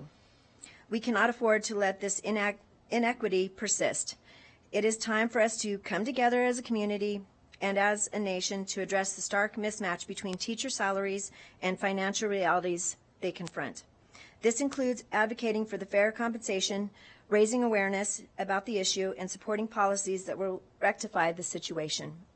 In closing, the struggle of teachers to afford homes in places like Reno is a clear illustration of the growing economic disparities in our society. We have a moral and social responsibility to rectify the situation. It is time to ensure that those who educate and inspire the next generation are they themselves provided with the opportunities and financial security. Thank you so much, Ms. Starbuck. We appreciate you. No, thank you so much. Thank you very, very much. Maggie Babb. Hi, Ms. Babb. Welcome. Hi, good evening, Superintendent Enfield and President Smith and Board of Trustees. My name is Maggie Babb, and I am a second grade teacher at Desert Heights Elementary School. I've been teaching at Desert Heights Elementary School for 9 years, and I've lived in Reno for 9 years as well. I want to take this moment to thank you for your support of the new contract. The substantial this contract would not have been possible without all of you. And for me personally, I know this raise will impact my life in many positive ways.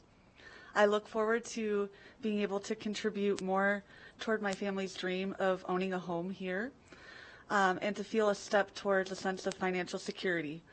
But beyond that, and beyond just the financial, this is a huge move forward in showing respect and care for the educators in our community, and I applaud the steps taken to make sure that I and other educators can continue in this profession that we so deeply care about. So thank you.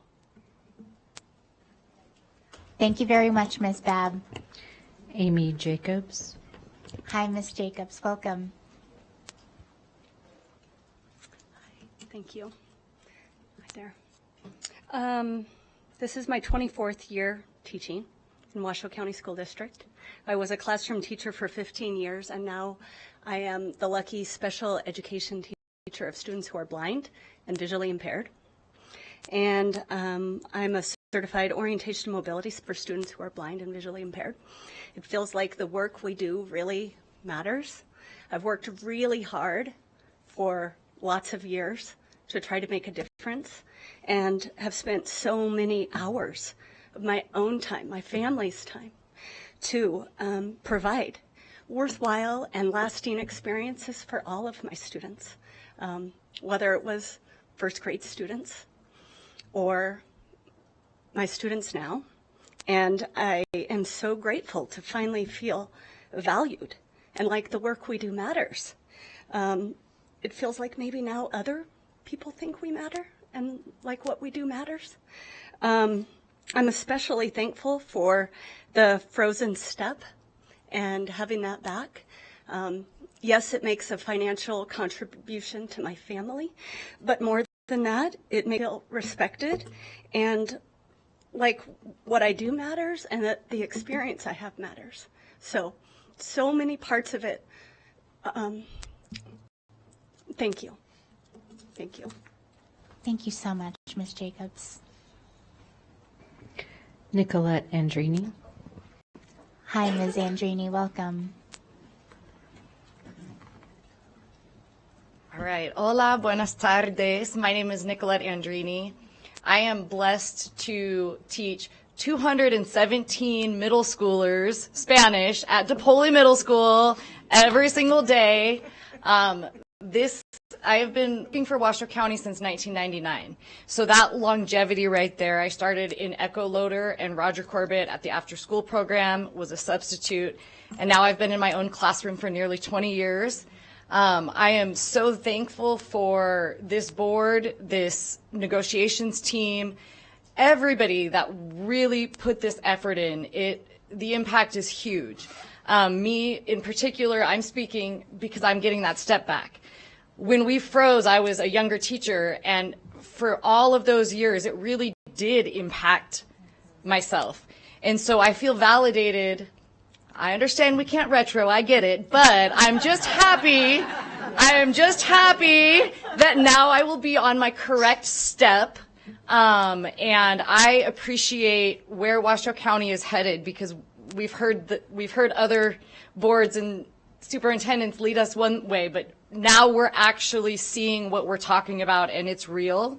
WEA works very closely with all of you, and I deeply appreciate that as a board member, as a parent, and as a teacher. So I'll keep it short and sweet. Muchas gracias a todos. Thank you very much, Ms. Sandrini. Elizabeth Cadigan. Hi, Ms. Cadigan. Welcome. Hello. Good evening. My name is Elizabeth Cadigan. I serve as the Washoe Education Association Vice President, as well as teach during the day at Anderson Elementary. As a lifelong Nevadan and an educator of 14 years, I'd like to say first and foremost, thank you so much for your consideration and approval of this contract. It means a lot. Personally, the pay is going to allow my family to continue with our steps of fostering. I will be honest and tell you that prior to this step, or this contract rather, having a family was not financially possible for my veteran husband and myself. And so that was a long conversation. And now that we have this change, that makes it more possible for us to get our home in a situation to be able to foster. That means a lot to me. I also would be remiss if I didn't point out that our presentation this evening did not have a big celebration that I think all of our elementary teachers would appreciate, and that is the 120 minutes of prep time. That's huge. Let me say, I was like, what happened to it? So I hope that it's still in the red line. Because otherwise my email would be flooding. And so just being mindful of that. That prep time is precious, and it's really important. Amazing work does not happen without that planning time. And for our elementary teachers, being able to have that time and that autonomy with that time too, and being able to look at it and see, what do my students need? What do I need to do to make this lesson address the needs of my students within my classroom is above and beyond needed. So just, moving forward and keeping that in mind, that, our contract covers so many different areas, and making our contract more equitable to those areas is appreciated. So thank you for that time, and yeah. Thank you so much, Ms. Cadigan. We will have President Evans come up after the public comment to explain that item too. Amy Chitowski. Hi, Ms. Chitowski. We are very, very pleased to have you. Thank you for your public comment.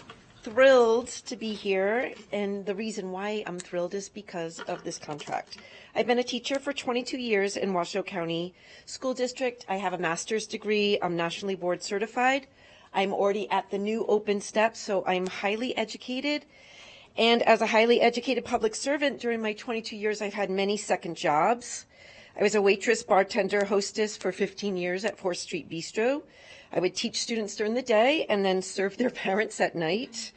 After school tutor, I would teach and then teach. A yoga teacher, I would teach and then teach.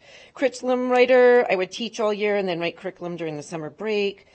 A landlord, renting out a room in my house as an Airbnb. And then I just remembered on the ride over here that we used to donate plasma to pay our car payments, me and my friend across the hall. So with this new contract, I'm so happy not to have to sling another drink or take a dinner order. After a full day of teaching, teach again, change doorknobs so Airbnb people can't get into my home. But more importantly to me, the work that we do is so important, and being fairly compensated speaks to that. It was really embarrassing to be a highly educated teacher and then see my parents walk through the restaurant door. I will tell you that. And it speaks to the community that we care about our teachers and we care ultimately about our children, which is what it's all about. So in closing, I really urge you to keep speaking with really loud voices. We will do our part. We do it in the classroom every day. We do it in conjunction with WEA and the NSEA. And our new contract starts to bring more sanity into our job. Our job can be so insane, but we have our prep time now regained back to us. Every day I teach 30 10-year-olds. I'm so happy to have a couple of breaks to plan new lessons. That's what we do during our prep time. And it frees us to do what we do best, which is teach and support our students. So thank you. I'm thrilled to be here with our new contract, and I'm thrilled that I don't have to ever work a second job. Thank you. Thank you so much, Ms. Chachowski. Maria Casedo. Hi, Ms. Casedo. Welcome. Hi. I am Maria Castedo. I'm a teacher here in Sparks, and I'm also a parent to a second grader here. And I wanted to write down everything that is going through my mind and in my heart, and I really don't want to get emotional, but I might. So I just want to say thank you for what you guys are doing, and what you're doing is life-changing, not only for me, but for so many of my colleagues. I cannot even put into words how important what you guys are doing is, and how thankful and grateful I am for working alongside us and showing us that you do understand what we're going through, and that you guys do appreciate us in turn, because in past years I feel like we haven't been appreciated here in Washoe County or countrywide. And so thank you. I'm speechless. I don't say besides thank you, and I appreciate you guys, and I am thankful to be able to continue my career here in Washoe, and I am thankful that my children are going to be able to have a great academic career, because they're going to be great teachers that want to stay here and are going to be teaching them. So thank you. Thank you so much. Veronica Koppel. Hi, Ms. Koppel. Welcome.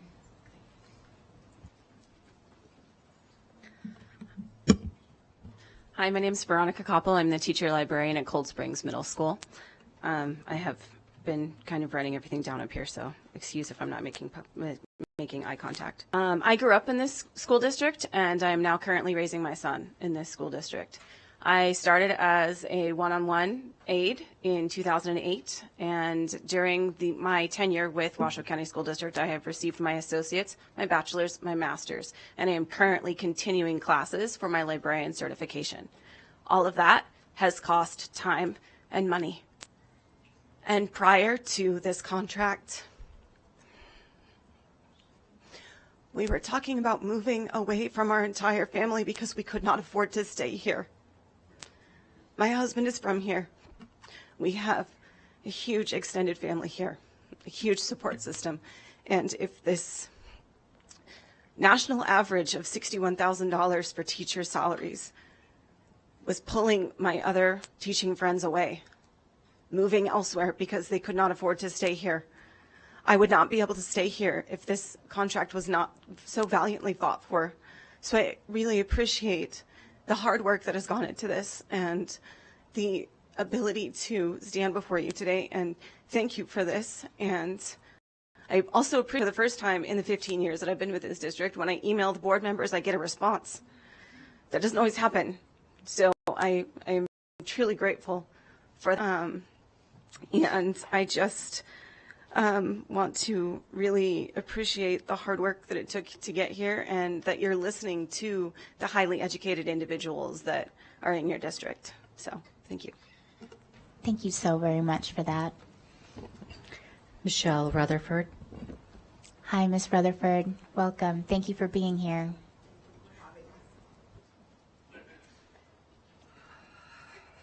Good afternoon. Like many people before me, I just wanted to say thank you so much for all of the consideration. I also was raised in this area, went to Mamie Tolles Elementary, Sparks Middle, Sparks High School, and my husband and I sat down and figured it out. I work at Demonte Ranch High School. I'm a chemistry teacher. My husband is a counselor at DePaul Middle School, and together we have 56 years in Washoe County School District. The impact of this is immense, not just for us and our families, but for the future going forward. I have two amazing daughters that have graduated from Washoe County School District that are now both in college. And both of them, I cannot believe I'm saying this, have an interest in teaching. And it's been very hard for me to support that interest as a teacher, knowing how difficult it has been for their father and I to support them and to give them what we think they deserved as children and coming out of this area. And we love this area. We, again, like Veronica was saying, we don't want to leave. We want to stay. We want to retire here. And this actually gives us the opportunity to say, you know, it could be a possibility. I think I can look to the future, and I think I can look towards the quality, what we'll bring in, and how immense that will be for all of our students that come through our schools continuing on. I think we've had great devotion, but devotion only gets us so far. So now we need all of the talent to stay here as well. And I think what you've done is very important for that in our future and our students' futures. Thank you. Thank you very, very much for that. Stacy Stosich. Hi, welcome, Ms. It's a tricky one. Stosich. Good evening, President Smith, Dr. Enfield, and trustees. Thank you for having me tonight. My first and foremost thing is I want to thank you all for your time and effort. I'm an elementary teacher at Echo Loader. This is my 9th year. Last year, I decided that I was going to go into leadership. I do not want to go into leadership, but I had to make more money as a single mom. I have 2 beautiful girls in Washoe County School, one at elementary at my school, and one in middle school. Now, with this contract, I don't have to go into leadership, and I am so happy. I get to be with my kids. I get to be with my babies. And with this, I have a little pep in my step, and I already can see a difference in my teaching with my students. So I want to thank you very much for acknowledging me as a human, as a teacher, and valuing me, and also my children. Like Trustee Westlake said, this is an investment, and not only for me, but for my children as well. Also, one of the big things is the elementary prep time. I cannot tell you how much that 2 hours means to us. I don't have to, I can leave my work at work. Of course, I still bring stuff home because I'm a teacher and that's what we do. But I have the time, and that is scheduled out for me. I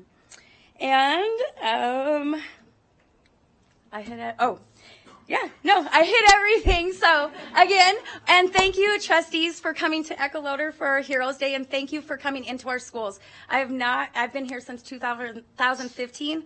I could not tell you some of the trustees, the area superintendents, what they look like, what their names were. Now I know all of you. Some of you have been in my classroom. Some of you have been at Echo Loader. Some of you have been to the WE socials. And we really appreciate that, and we really love seeing you in our classrooms because that shows us that you value us. And we love to show off for you. But that's just our everyday stuff. So it's not showing off. Those are just our magic tools as a mom, as a parent, as a teacher. So thank you, and thank you for your time. Thank you so much. The board received emails from Stephanie Nightingale, Amanda Eckerman, Tiffany Kaiser, Paula Koger, and Kristen DeHaan.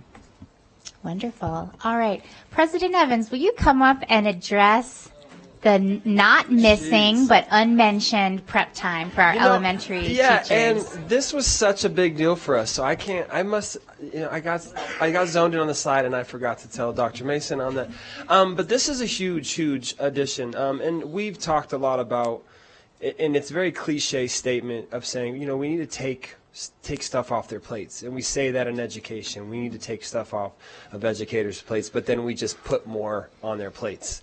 This is such a concrete way of showing to folks that we are going to walk our talk and actually provide more time. This is a drastic improvement. Typically, there was only a mandatory of 60 minutes for an entire week provided for elementary staff to prep lessons.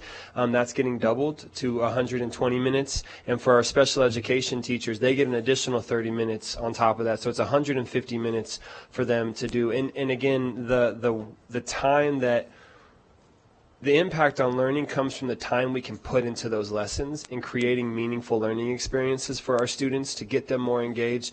So this time is a huge win in this contract, and I'm not going to hear the end that I forgot to increase this. But hey, it's in there, and it is in the red line, so we're good, guys.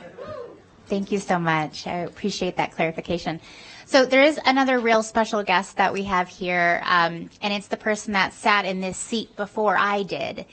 And the work that you see here is not just work that the 7 of us have undertaken. It really is work that began a very long time ago.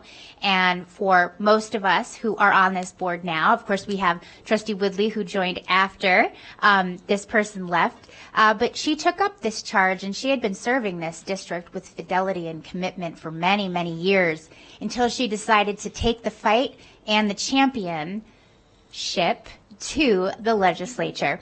And so I do want to publicly acknowledge and thank the leadership and the vision and the work that went into Dr. Angie Taylor, having been our board president and trustee for so many years, and the fact that she then took this fight to a state level to help make today possible. So thank you so much, Dr. Taylor.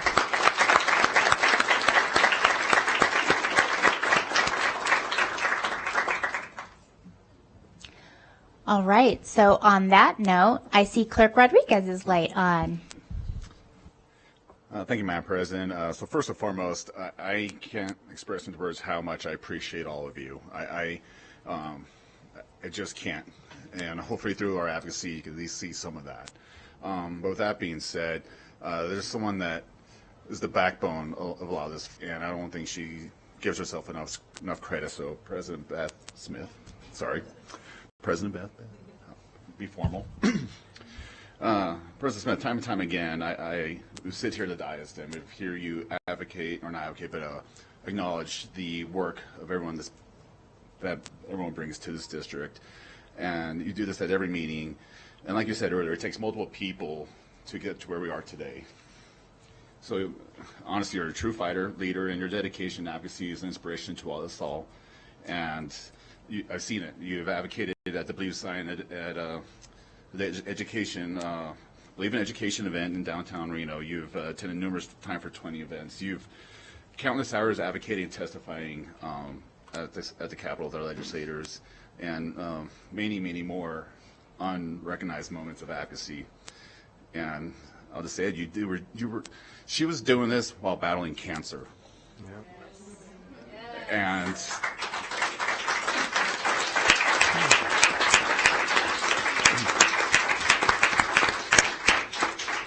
I can't stress how strong of a leader you are, and it wouldn't be right if you weren't acknowledged for all the work that you were being done or have done to get us to this motion today. And with that, I would like to invite the board to yield to President Smith to make a motion on this. I second that. That is not really a motion because Neil is going to kick me under the table. That is unexpected. Very appreciated. Thank you so much. Thank you so much. I accept that honor and the non-motion that went along with it. On that note, I move that the Board of Trustees adopts changes to the negotiated agreement between the Washoe County School District and the Washoe Education Association. Second. Motion by myself, President Smith, seconded by Trustee Mayberry. And now I will open it up to my colleagues for comment on the motion. Yeah, I do. Yeah. I want to just say a few things as well. First, I want to thank our negotiating team and Mr. Pick, you're a great addition. Thank you for all your work. It doesn't go unnoticed. I want to thank the WEA and Kalen and his leadership. I hope and I trust and I know that this is not the end of anything. You know, we need to keep fighting for this. Amy, I can't even look at you without starting to cry. Amy was, I'm a dad. I have a stake in the game here too. I have two daughters in our district. There's some teachers that are their teachers. Amy was their first grade teacher, so it's it's just a real pleasure to see you here. I'm sorry, I'm a 53-year-old bald man starting to cry, but a lot of you, we celebrate and we lift up our first responders and our men and women in the military, as we should. But the teachers are often, I think, in the shadows because you're on the front lines too, and you improvise, you work outside your job descriptions, you work a second job. Many cases, you get plasma,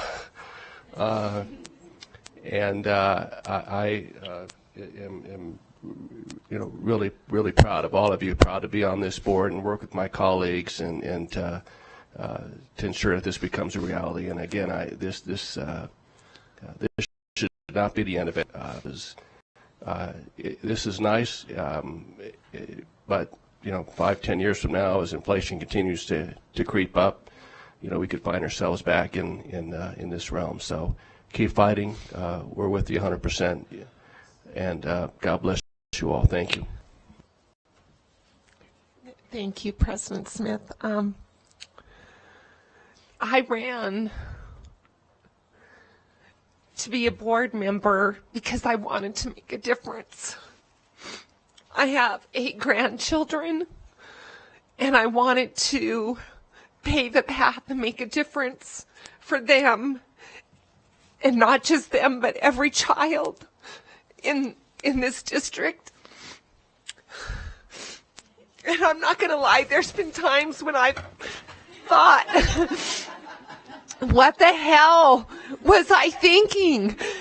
But I have to say that I really feel that with honoring our teachers, again, I'll say that we are absolutely doing a service to our children and to our community. And I really feel that so strongly that this is an amazing thing that's been done, and a lot of hard work from a lot of individuals. And I just want to say thank you. I know the teachers have been saying thank you, thank you, thank you, but I want to thank you. So thank you.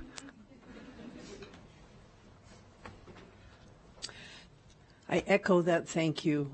I accept your heartfelt thank you. I will take it to bed with me tonight. Tomorrow when I start visiting schools, I'll continue to take it with me, and I will continue to look for the fabulous things that are happening in our schools every moment of every day. And yes, there's things that we have to work on, but we do that together, and we do it for the right reason. Like my colleague said, it's an investment in our most precious gifts, our future, our children. Thank you, and I think it's time to let you go home. You probably have work to do.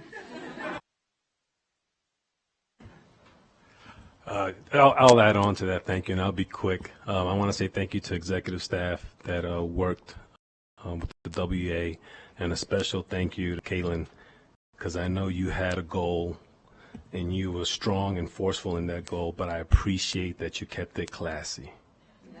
Thank you. We appreciate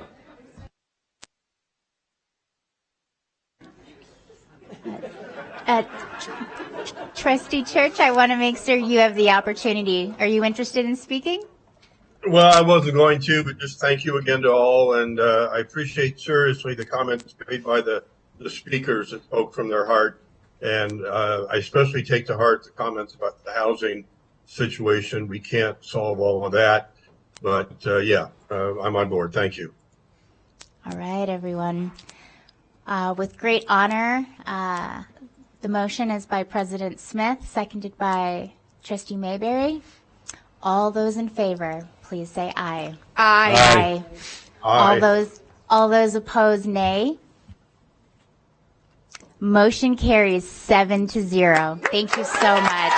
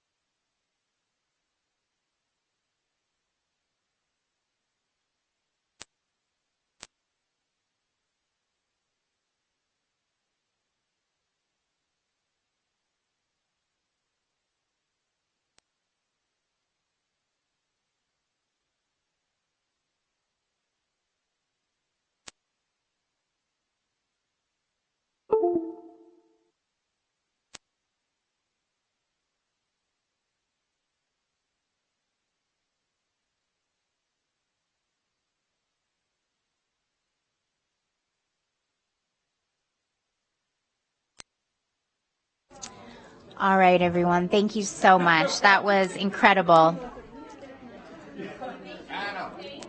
All right. To my trustee colleagues, let's go ahead and sit down. Yes. We still have a meeting going on. Yes, we're going to go ahead and continue moving on here. So with that joyous moment, we close out Section 3 and now move on to Section 4. These are our reports. And item 4.01, I would like to invite our student representative, Arabelle Deason. Thank you, President Smith. Tough act to follow, for sure. No, it's so exciting, so great. Okay, I wanted to start by saying that I totally forgot last board meeting to mention that Dr. Enfield actually did come in and talk to our council about the new cell phone policy. I was not there, so it's face, but she was able to get some good feedback from our students, so that was awesome. The other thing that we were able to do last meeting, which was last Tuesday, I forgot to mention that, is that we actually were able to come up with some interview questions that we would like the police interviewees to be asked. So that was really cool. So they may be used. I'm not sure. They want to use them. I know that. So it was a cool opportunity for us because we had a survey talking about our experience with police officers in schools and what we want to see in our chief of police. So that was a cool opportunity. And then for our three, I guess you could say, councils or like three groups that we have. It's mental health, college and career readiness, and then inclusivity and diversity. And last meeting, we really wanted to talk about getting some things into motion. So for mental health, they really wanted to work on providing more resources for our students and having a really big focus on Reno High because Reno High has been having a hard time. They've been lost a couple students recently to mental health. So they wanted to get a mural up at Reno to support those students, which is really awesome. And then for college and career readiness, that's the one that I'm in. We wanted to start looking at making a curriculum for 9th through 12th grade on just college and career readiness and how we can support those students. Because a lot of times there's a heavy focus in junior and senior year, and freshman and sophomore year are also really vital for getting ready for your future. So that was something that we were looking at. And then inclusivity and diversity, they really wanted to push participation more in extracurriculars and clubs. And so they were looking at having 0.25 credit for students that are members of clubs and attend those, regularly and whatnot. So that's really cool. And then we're still working on getting students from every single school. As you said, Smith, something in the water at North Valleys because we've got tons of North Valleys kids. But we're still trying to get more from every single school because we want everyone to be represented. So the last thing I have is I'm a panelist this Friday on the Student Town Hall for the Council of Great City Schools Fall Conference. And so that's very exciting. Wish me luck. It's going to be a fun time. So, yeah, but thank you guys so much. And we are so excited to see you on a national stage representing students here in the Washoe County School District. So great job, Arabelle. All right, that closes item 4.01 and brings us to board reports, item 4.02. Trustee Church, you're with us remotely, so I will defer to you first. Well, thank you very much. Yes, I am in San Diego. Tomorrow morning starts the Great Cities Conference, so I wanted to get down here in time for that, and I know some of the others will be attending that as well. So you're going to have a late night flight, I guess, or early morning flight. So last week we had a meeting at Incline Village on the facilities management plan. That meeting was focused on the possibility of closing the Incline Middle School. And while I have to keep an open mind, I came up with about 14 points why it would appear at this point to be a very, very bad idea to close that. A couple comments on that meeting I just want to put out because there's a lot of he said, she said going around. Personally, I think the meeting was poorly noticed. I didn't know about it. I found out accidentally on the 10th. The meeting was the 12th. I put the word out the evening of the 10th the best I could. Then on the 11th is when the school district put it out on Twitter, social media, news release, etc. So a one-day notice on those kind of medias, I think, was unacceptable. I was never noticed. I was invited.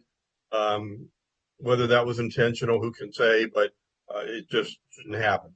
And so that said, moving on to that issue, it's been proposed there be a 25-member working group to deal with this issue. The community was 100% opposed. Therefore, I don't see a need for a working group. The community has spoken. They don't want it closed. What would a working group accomplish? But if Washoe County goes ahead with that, I just think 25 people is unmanageable. A work 25 people just doesn't work. And we saw that before with the K5 ELA program, where at the end we had a handful of people remaining and we got a very mamdy-pamdy response. So I also think it's wrong that there be school district employees on there. They could be, and or they could be pressured. And either way, it just opens up a Pandora's box. It ought to be a community effort, but not a school district effort. And the school district shouldn't be picking who's on that board. It should be done by the people. So I just think that it's not a good idea for people to be on any kind of a working group of that nature. If the board chooses to close the Incline Middle School, then we would go ahead and have a some kind of a working group to determine the nuts and bolts of it. Now the community is 100% opposed, and I personally would tell the community, don't be part of that. It's just not manageable. That's my 3 minutes. Thank you very much. Thank you. Trustee Woodley. All right. Thank you, Madam President. I think I have a little visual aid here for some of my visits. This past weekend, that first one, yeah, I went to a hug, not hug, I'm sorry, we're talking about Huggy. No, Lancers. I was at McQueen High School. It was the previous photo, JJ. Yeah, that one. They had craft fair. It was huge. Oh my goodness, it was massive. I met Janine with Janine's Treasures, and she makes personalized ornaments. So I bought several, one specifically for my granddaughter's first Christmas. So that's right, Scarlett. I actually went in there, told my wife we're spending $20, $30, and ended up spending literally 10 times as much. So, but it was fun. It was a lot of fun. And there were a lot of parents there, a lot of volunteers. So thank you, JJ. The next one was at, this was at Glen Duncan Elementary School, Homines, Nevada. I had the video, but it was too long to download. But these kids put on an amazing show. Myself and Trustee Mayberry were there. We were invited by Principal Ryan Smith. And these kids, they were singing their hearts out. It was beautiful. So I really appreciate it. And the last one was Bernice Matthews Elementary School. I was there for unveiling of a mural, and their fourth graders gave a performance as well. So that was a lot of fun. I appreciate that. Then also I visited the University of Nevada. I was there for the groundbreaking for the Mathewson Gateway Project. And last but not least, I went to an AACT celebration and fundraiser at Dolan Lexus. And I met this young man named Johnny, vibrant, full of energy, just talked freely. He just had so much charisma. And he said, I think you might know my dad. And I said, who's your dad? He said, Dr. Mike Paul. I said, oh my gosh, man, he's so shy and quiet. That's your dad? So I emailed Dr. Paul and I told him I met his son. I wish I kept the picture. We did take a selfie and I sent it to him. So that was a good time. That's all I have. Thank you. Thank you so much. Trustee Westlake. Thank you very much, President Smith. So I want to just shout out the schools that I visited because I think it's important that they get recognition. Lena Juniper, Florence Drake, Turtletown at Green Bray, Desert Skies, Marvin Moss, Reed High School. They're all doing such amazing work. I enjoy these visits so much. I'm constantly learning something new. And a special shout out to Mendive Principal David Hartshorn. He wrote a grant with the help of the district's grant writer for the Care for Schools grant. They are getting $9,600 for that grant for the school, and it goes directly into care and culture and growth for the school, in building morale. It's for the kids and the staff. And I just thank you, Principal Hartshorn. Amazing contribution to that school. And I'm just so proud of him and for the districts helping him with that grant. I did go to the construction career day. The welding booth just blew my mind. They do an optical kind of where they're wearing the full welding suit. They've got the, the thing that comes down, and it's almost virtual. It's like they're actually welding. They can hear the popping. It's such an amazing tool, and it was so cool to watch this in action. I can't be remiss in mentioning, because there's been just a little bit of change, so I hope a lot of people are watching that ongoing. I'm having a town hall tomorrow night from 6 to 7:30 at Mendive Middle School. Again, thank you, Principal Hartshorn, for being so gracious to let me have it there. We were going to have it in the cafeteria, but their amazing choir will be practicing there. So the town hall is still at Mendive, still 6 to 7:30, but it's moving into the library. And I'm hoping it's okay for us to still do the pizza and stuff in there. I think it will be. We just got to be careful. But there will be pizza and drink. So tomorrow night, I want to hear feedback, but I also want to hear constructive ideas that I can take for talk. Not all the board members at one time, but, throw things by them also to move this district forward. So thank you very much. Thank you. Clerk Rodriguez. Thank you, Madam President. I'll be quick. So I did visit several schools. I hope Principal Tomas is watching. I'm repping the shirt today. So yeah, I visited several schools. That was awesome. I got to attend a ribbon cutting event of a new local business who want to be partners with the school district, so I'm throwing that out there. Nozzle One Pizza. It's co-owned by a retired Truckee Meadows firefighter, and he already putting bugs in there about donating some pizzas to some schools. But I do want to give a quick special shout out to the Spanish Springs JRTC Raider team. So they'll be going to nationals yet again, so that's pretty cool. So yeah, it was a great event. It's really nice to see like other school districts come. So Douglas and Carson, a lot of passion and heart behind all those kids. I mean, I wish I had 1/10 their energy. But with that being said, I want to do one last congratulations to WEA, to our police association. I am happy, just overly happy to see that we're finally moving in the right direction, and we're showing that not just through talks, but actually walking. And that's all I got. Thank you. Trustee Mayberry. Thank you. When I get my report, I feel like I got to talk a little bit more about just, when I attend these schools, I feel like I need to give you a little nugget on some of the things I've heard. So I'm going to try to do that going forward. But I met with the Sky Ranch Principal Bayless. They're looking for some relief to their new school that already has four portables. I know the zoning committee is taking this up now.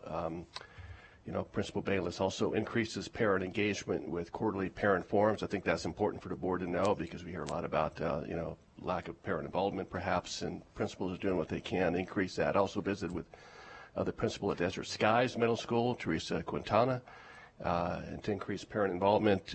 She hosts student parent conferences where she actually invites the students along with the parents, and they're concerned about the potential of losing an AP allocation as enrollment declines and as we rezone that area. Met with the TMCC principal Oronos. Thank you. Great visit with Principal Mike Dixon at Smith Ridge Elementary. And attended 2 fall festivals, one at Hidden Valley, one at Bird Eye Elementary School. Both were fun and unique, but I will tell you, next year, if you have not attended the Bird Eye Elementary Fall Festival, it is the scope of something a small city puts on. It is absolutely amazing. It was a beautiful day. Hats off to Principal Fong of Bird Eye. This picture here is the best part of my last 2 weeks. Met with 3 students at Sky Ranch Elementary. They reached out to me. I guess my reputation precedes me.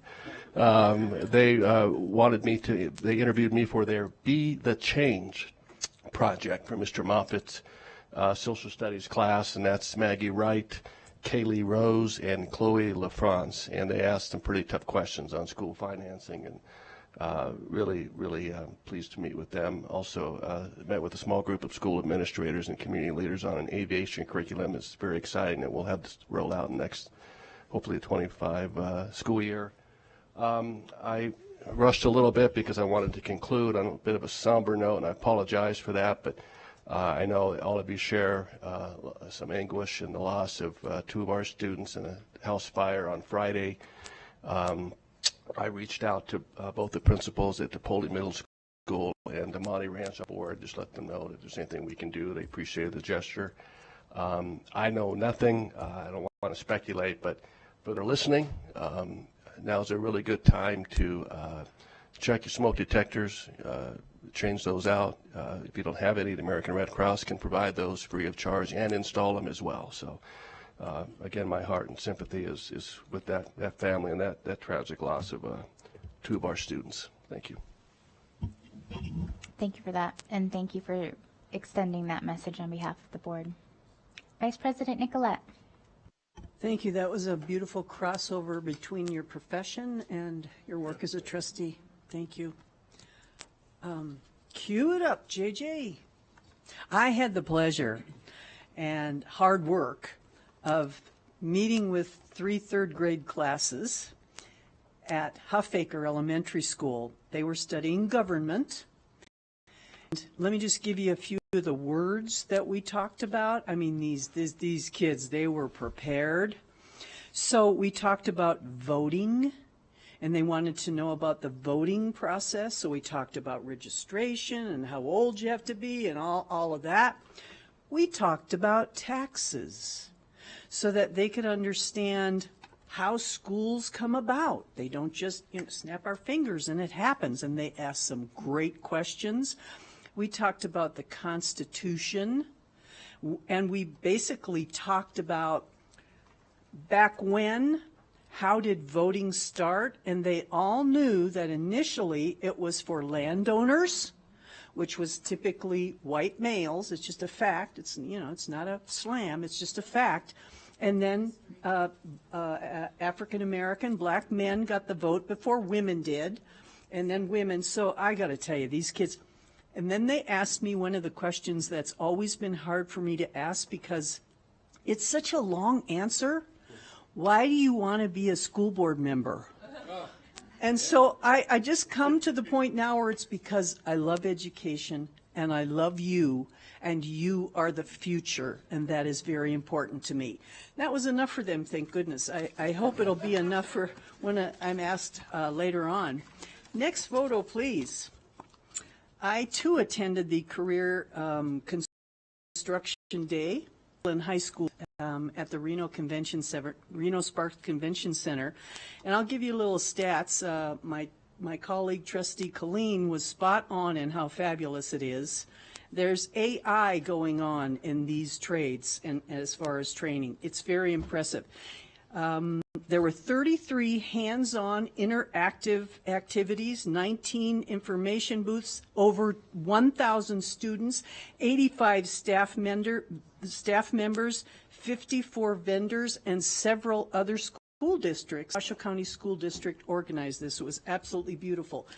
And I want to, among all the other events I attended, I attended the retirement of Arlen Melendez. He's the Reno Sparks Indian Colony tribal chairman for 32 years. And this is his quote: "There is no greater evidence of the progress than the building of friendships with all peoples." He believes it, he lives it, he shows it. I love that. Thank you so much, Dr. Nicolette. So I had some visits this week. I visited Innovations High School, Hunter Lake Elementary, Veterans Memorial Elementary, the Rise Academy of Adult Achievement, Roger Corbett Elementary, and Worcester High School. And they were incredible visits, and I would like to specifically call out Veterans Memorial Elementary School. Unlike many of the reports that we've seen with star reports, they actually raised their star rating, and I'm incredibly proud of them for that. I represented the District Meadows Regional Planning Governing Board meeting, which is a board that I serve on behalf of the board here. And my first picture that I have up, I've had two wonderful colleagues that touched on the Construction Career Day. This is a photo of Josh Hartzog and me in one of the little photo areas. It was an absolute joy to see the minds and the experiences of these children opening up. I'm a forever champion of CTE, and so thank you so much to the sponsors, the companies who were there, the schools that sent their children into the other districts that participated as well. This event just blew away everything that I could have ever imagined. It was great. It was really, really fantastic. And a special thank you to our CTE and Signature Academies program for putting it on. I also attended the UNR State of the University Address, which was delivered by UNR President Brian Sandoval. One of the things that was highlighted particularly by President Sandoval was the Washoe County School District's tremendous success with dual credit enrollment that was prominently celebrated. And I really want to thank Dr. Enfield for that, for doubling the number of students involved in those courses. And I was joined at that event with Trustee Church, Vice President Nicolette, and then also Trustee Mayberry as well. So my next picture, this is a mom photo. I did want to show everyone, I was a volunteer mom at Swope Middle School's Panther Prowl, which is a color run. The picture on the left is what I looked like beforehand. The picture on the right is what happens when you're throwing a whole bunch of blue cornstarch. It was an absolute blast, and it was a true joy. And I was there as a parent, not as a trustee, but so many parents were there, and I always appreciate those opportunities when schools open their doors and let their parents participate in the joy of these moments with their students, and so I really loved that. And then my last photo, 4 years ago, on October 19th, 2019, this is my origin story as well. This was the first ever education rally held in our community, and it was put together by a grassroots organization called Empower Nevada Teachers. And they were founded by a passionate group of educators here in our county because we knew that we could do more with public education. At the time, I was a really committed and passionate mom, and I was invited to speak. It is through this experience that I met one of the heads of Empower Nevada Teacher, Kaylin Evans. And so 4 years later from this moment, Mr. Evans is the president of the Washoe Education Association. I am the president of the Washoe County School District Board of Trustees, and always believe in what's possible. Always. Thank you.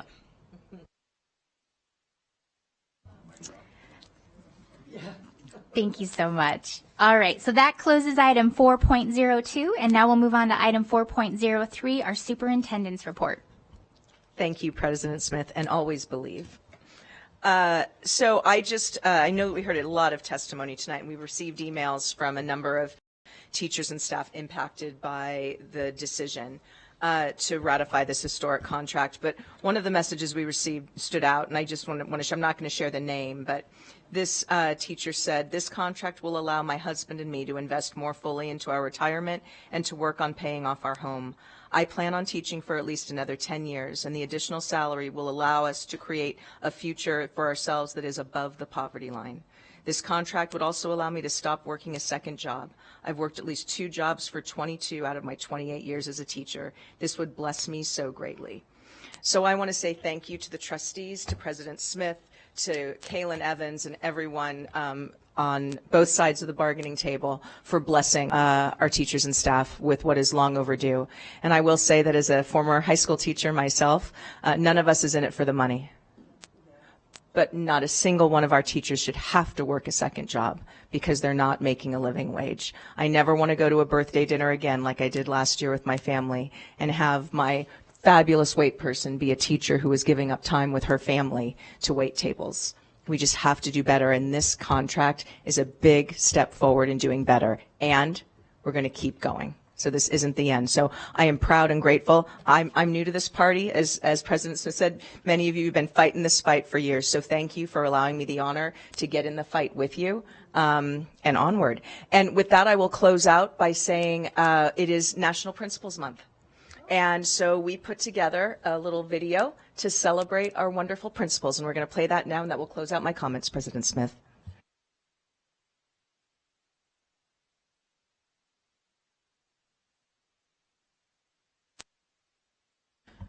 Produced by Ducky winner Jeff Foss, by the way.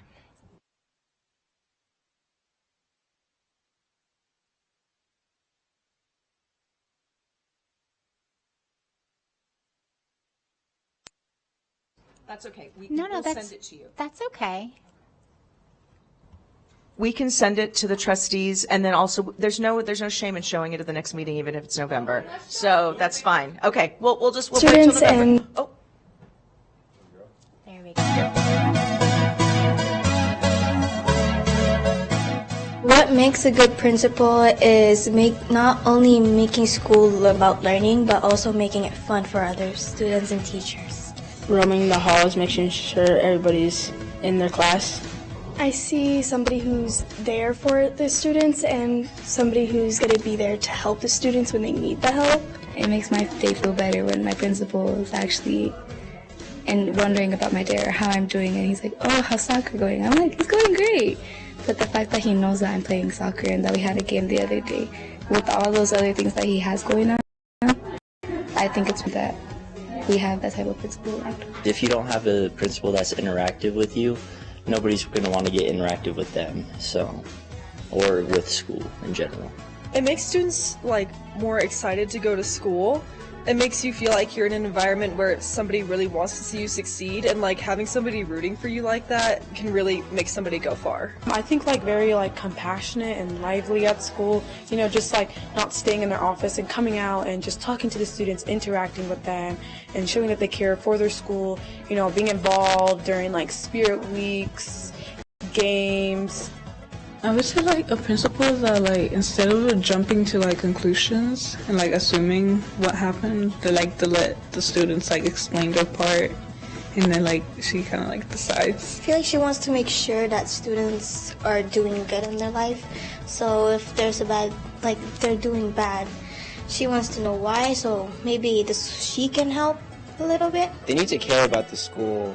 Even if they weren't principal, they would still be trying to make the school better. It's nice to walk around and see your principal and see them engaging with the students, and also making a difference at school as well. He's at all the sports games, so he's really approachable in that way, and that's something I really appreciate about him. It gives us a sense of safety and belonging, definitely, and it allows us to feel open and we can be who we are without having to fake things in front of the school, and school becomes more of a home than just a chore. Yeah, we definitely get to learn a lot more when we have better relationships with our admins and our teachers. What makes a good principal is honestly when they have an idea, they're actually trying to make it happen. I feel like they should be understanding and able to listen. Definitely there for the students. I feel like that's a huge thing. Wonderful. Thank you so much. Well, all right, that closes section 4, and now we'll move on to section 5, our closing items. JJ, closing public comment. Think he left. Roger Edwards. Hi, Mr. Edwards. Welcome. No, that's not Mr. Edwards. Oh. Dr. Shannon Cologne.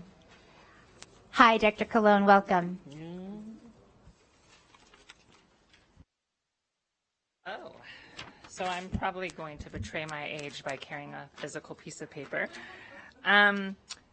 Thank you, Board of Trustees. Thank you, Dr. Infield.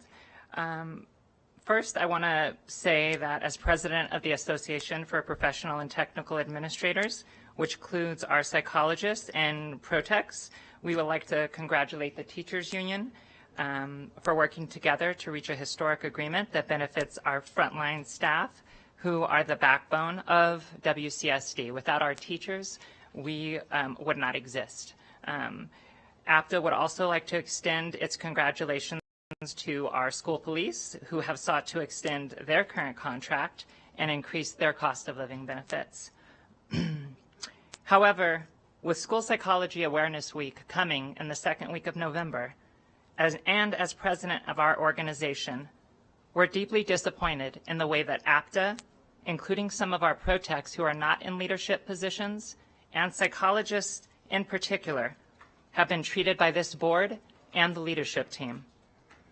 We urge our Board of Trustees and our superintendent to treat us with dignity, respect, and the deference that each of our employees are owed, and to treat us just as fairly and objectively when it comes to compensation and benefits as you've done to other organizations within our district.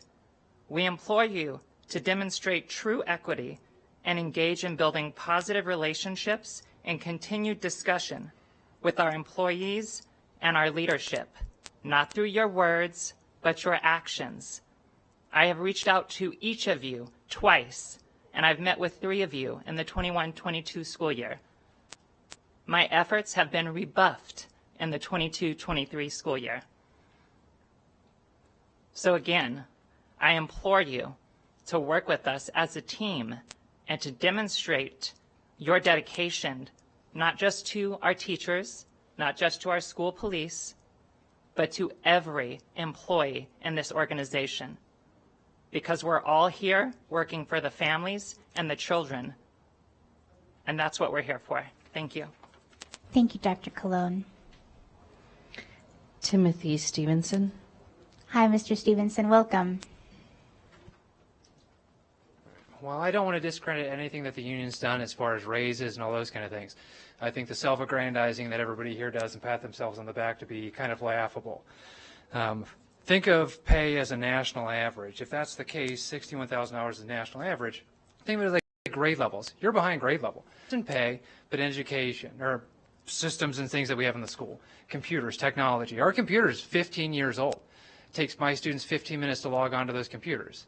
We can't get those for 2 more years now because we're locked into this contract. Now, I can't get my administration to pay for them because instead of buying that, they like to spend the money on plussing up a dean position to pay for a vice principal. I don't understand how that benefits anybody except for the principal. It doesn't benefit the students. Teachers, we work late, we come in early, we're expected to do training that we're not paid for, and now we're going to get paid for maybe 30 minutes of it depending on whether or not it meets certain qualifications. Now, I don't care about the $90 per student you're going to pay me at the end of the semester because my student numbers are over 25. What I care about is my student growth. Now, I'm giving a lot of students that struggle because I'm in a struggling population area. This student specifically went from getting zeros on every single thing that they did to getting A's on every single thing they did. But now, since I went from 22 students to 36, I no longer have the time to spend with that student, and he's getting F's again. He has regressed, solely because you cannot figure out how to manage student numbers, population properly, so we have enough teachers to actually attend to those students' needs.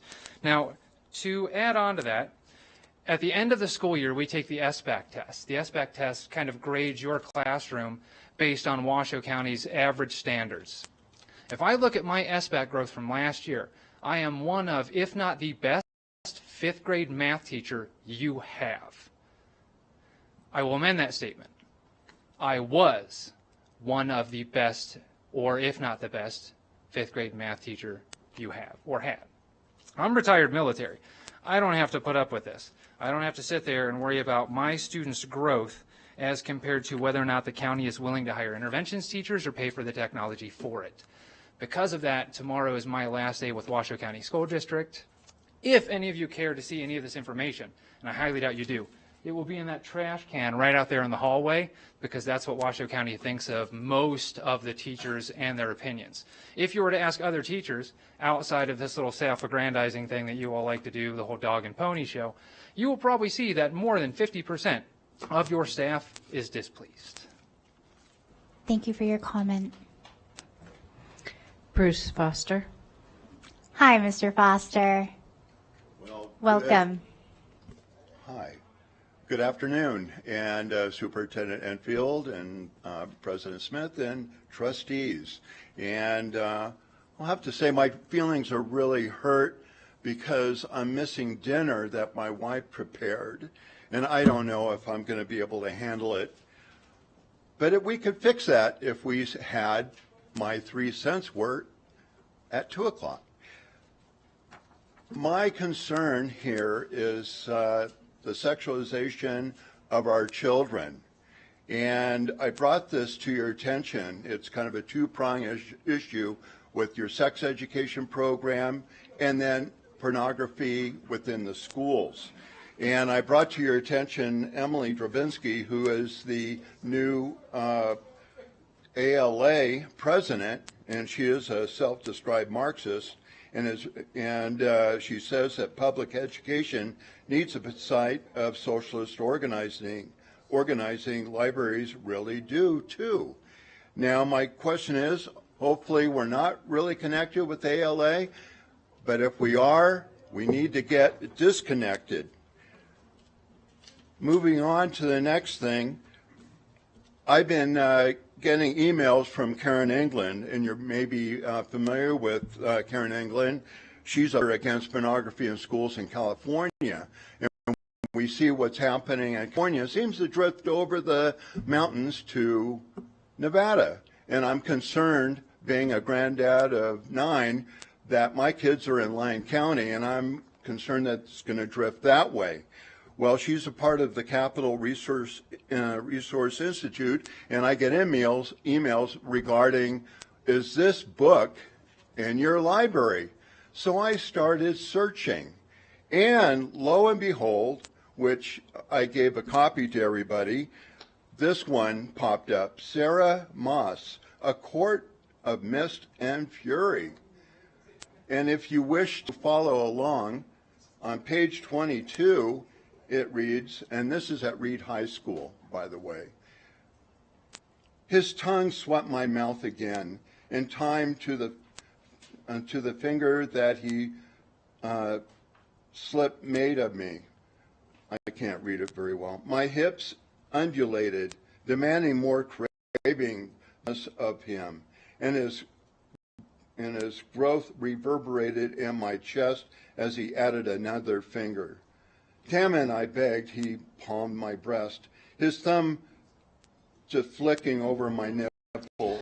I cried out. This is appropriate for us. Although it is a book that we have available in our libraries, it's not necessarily something that we would share with people. Right.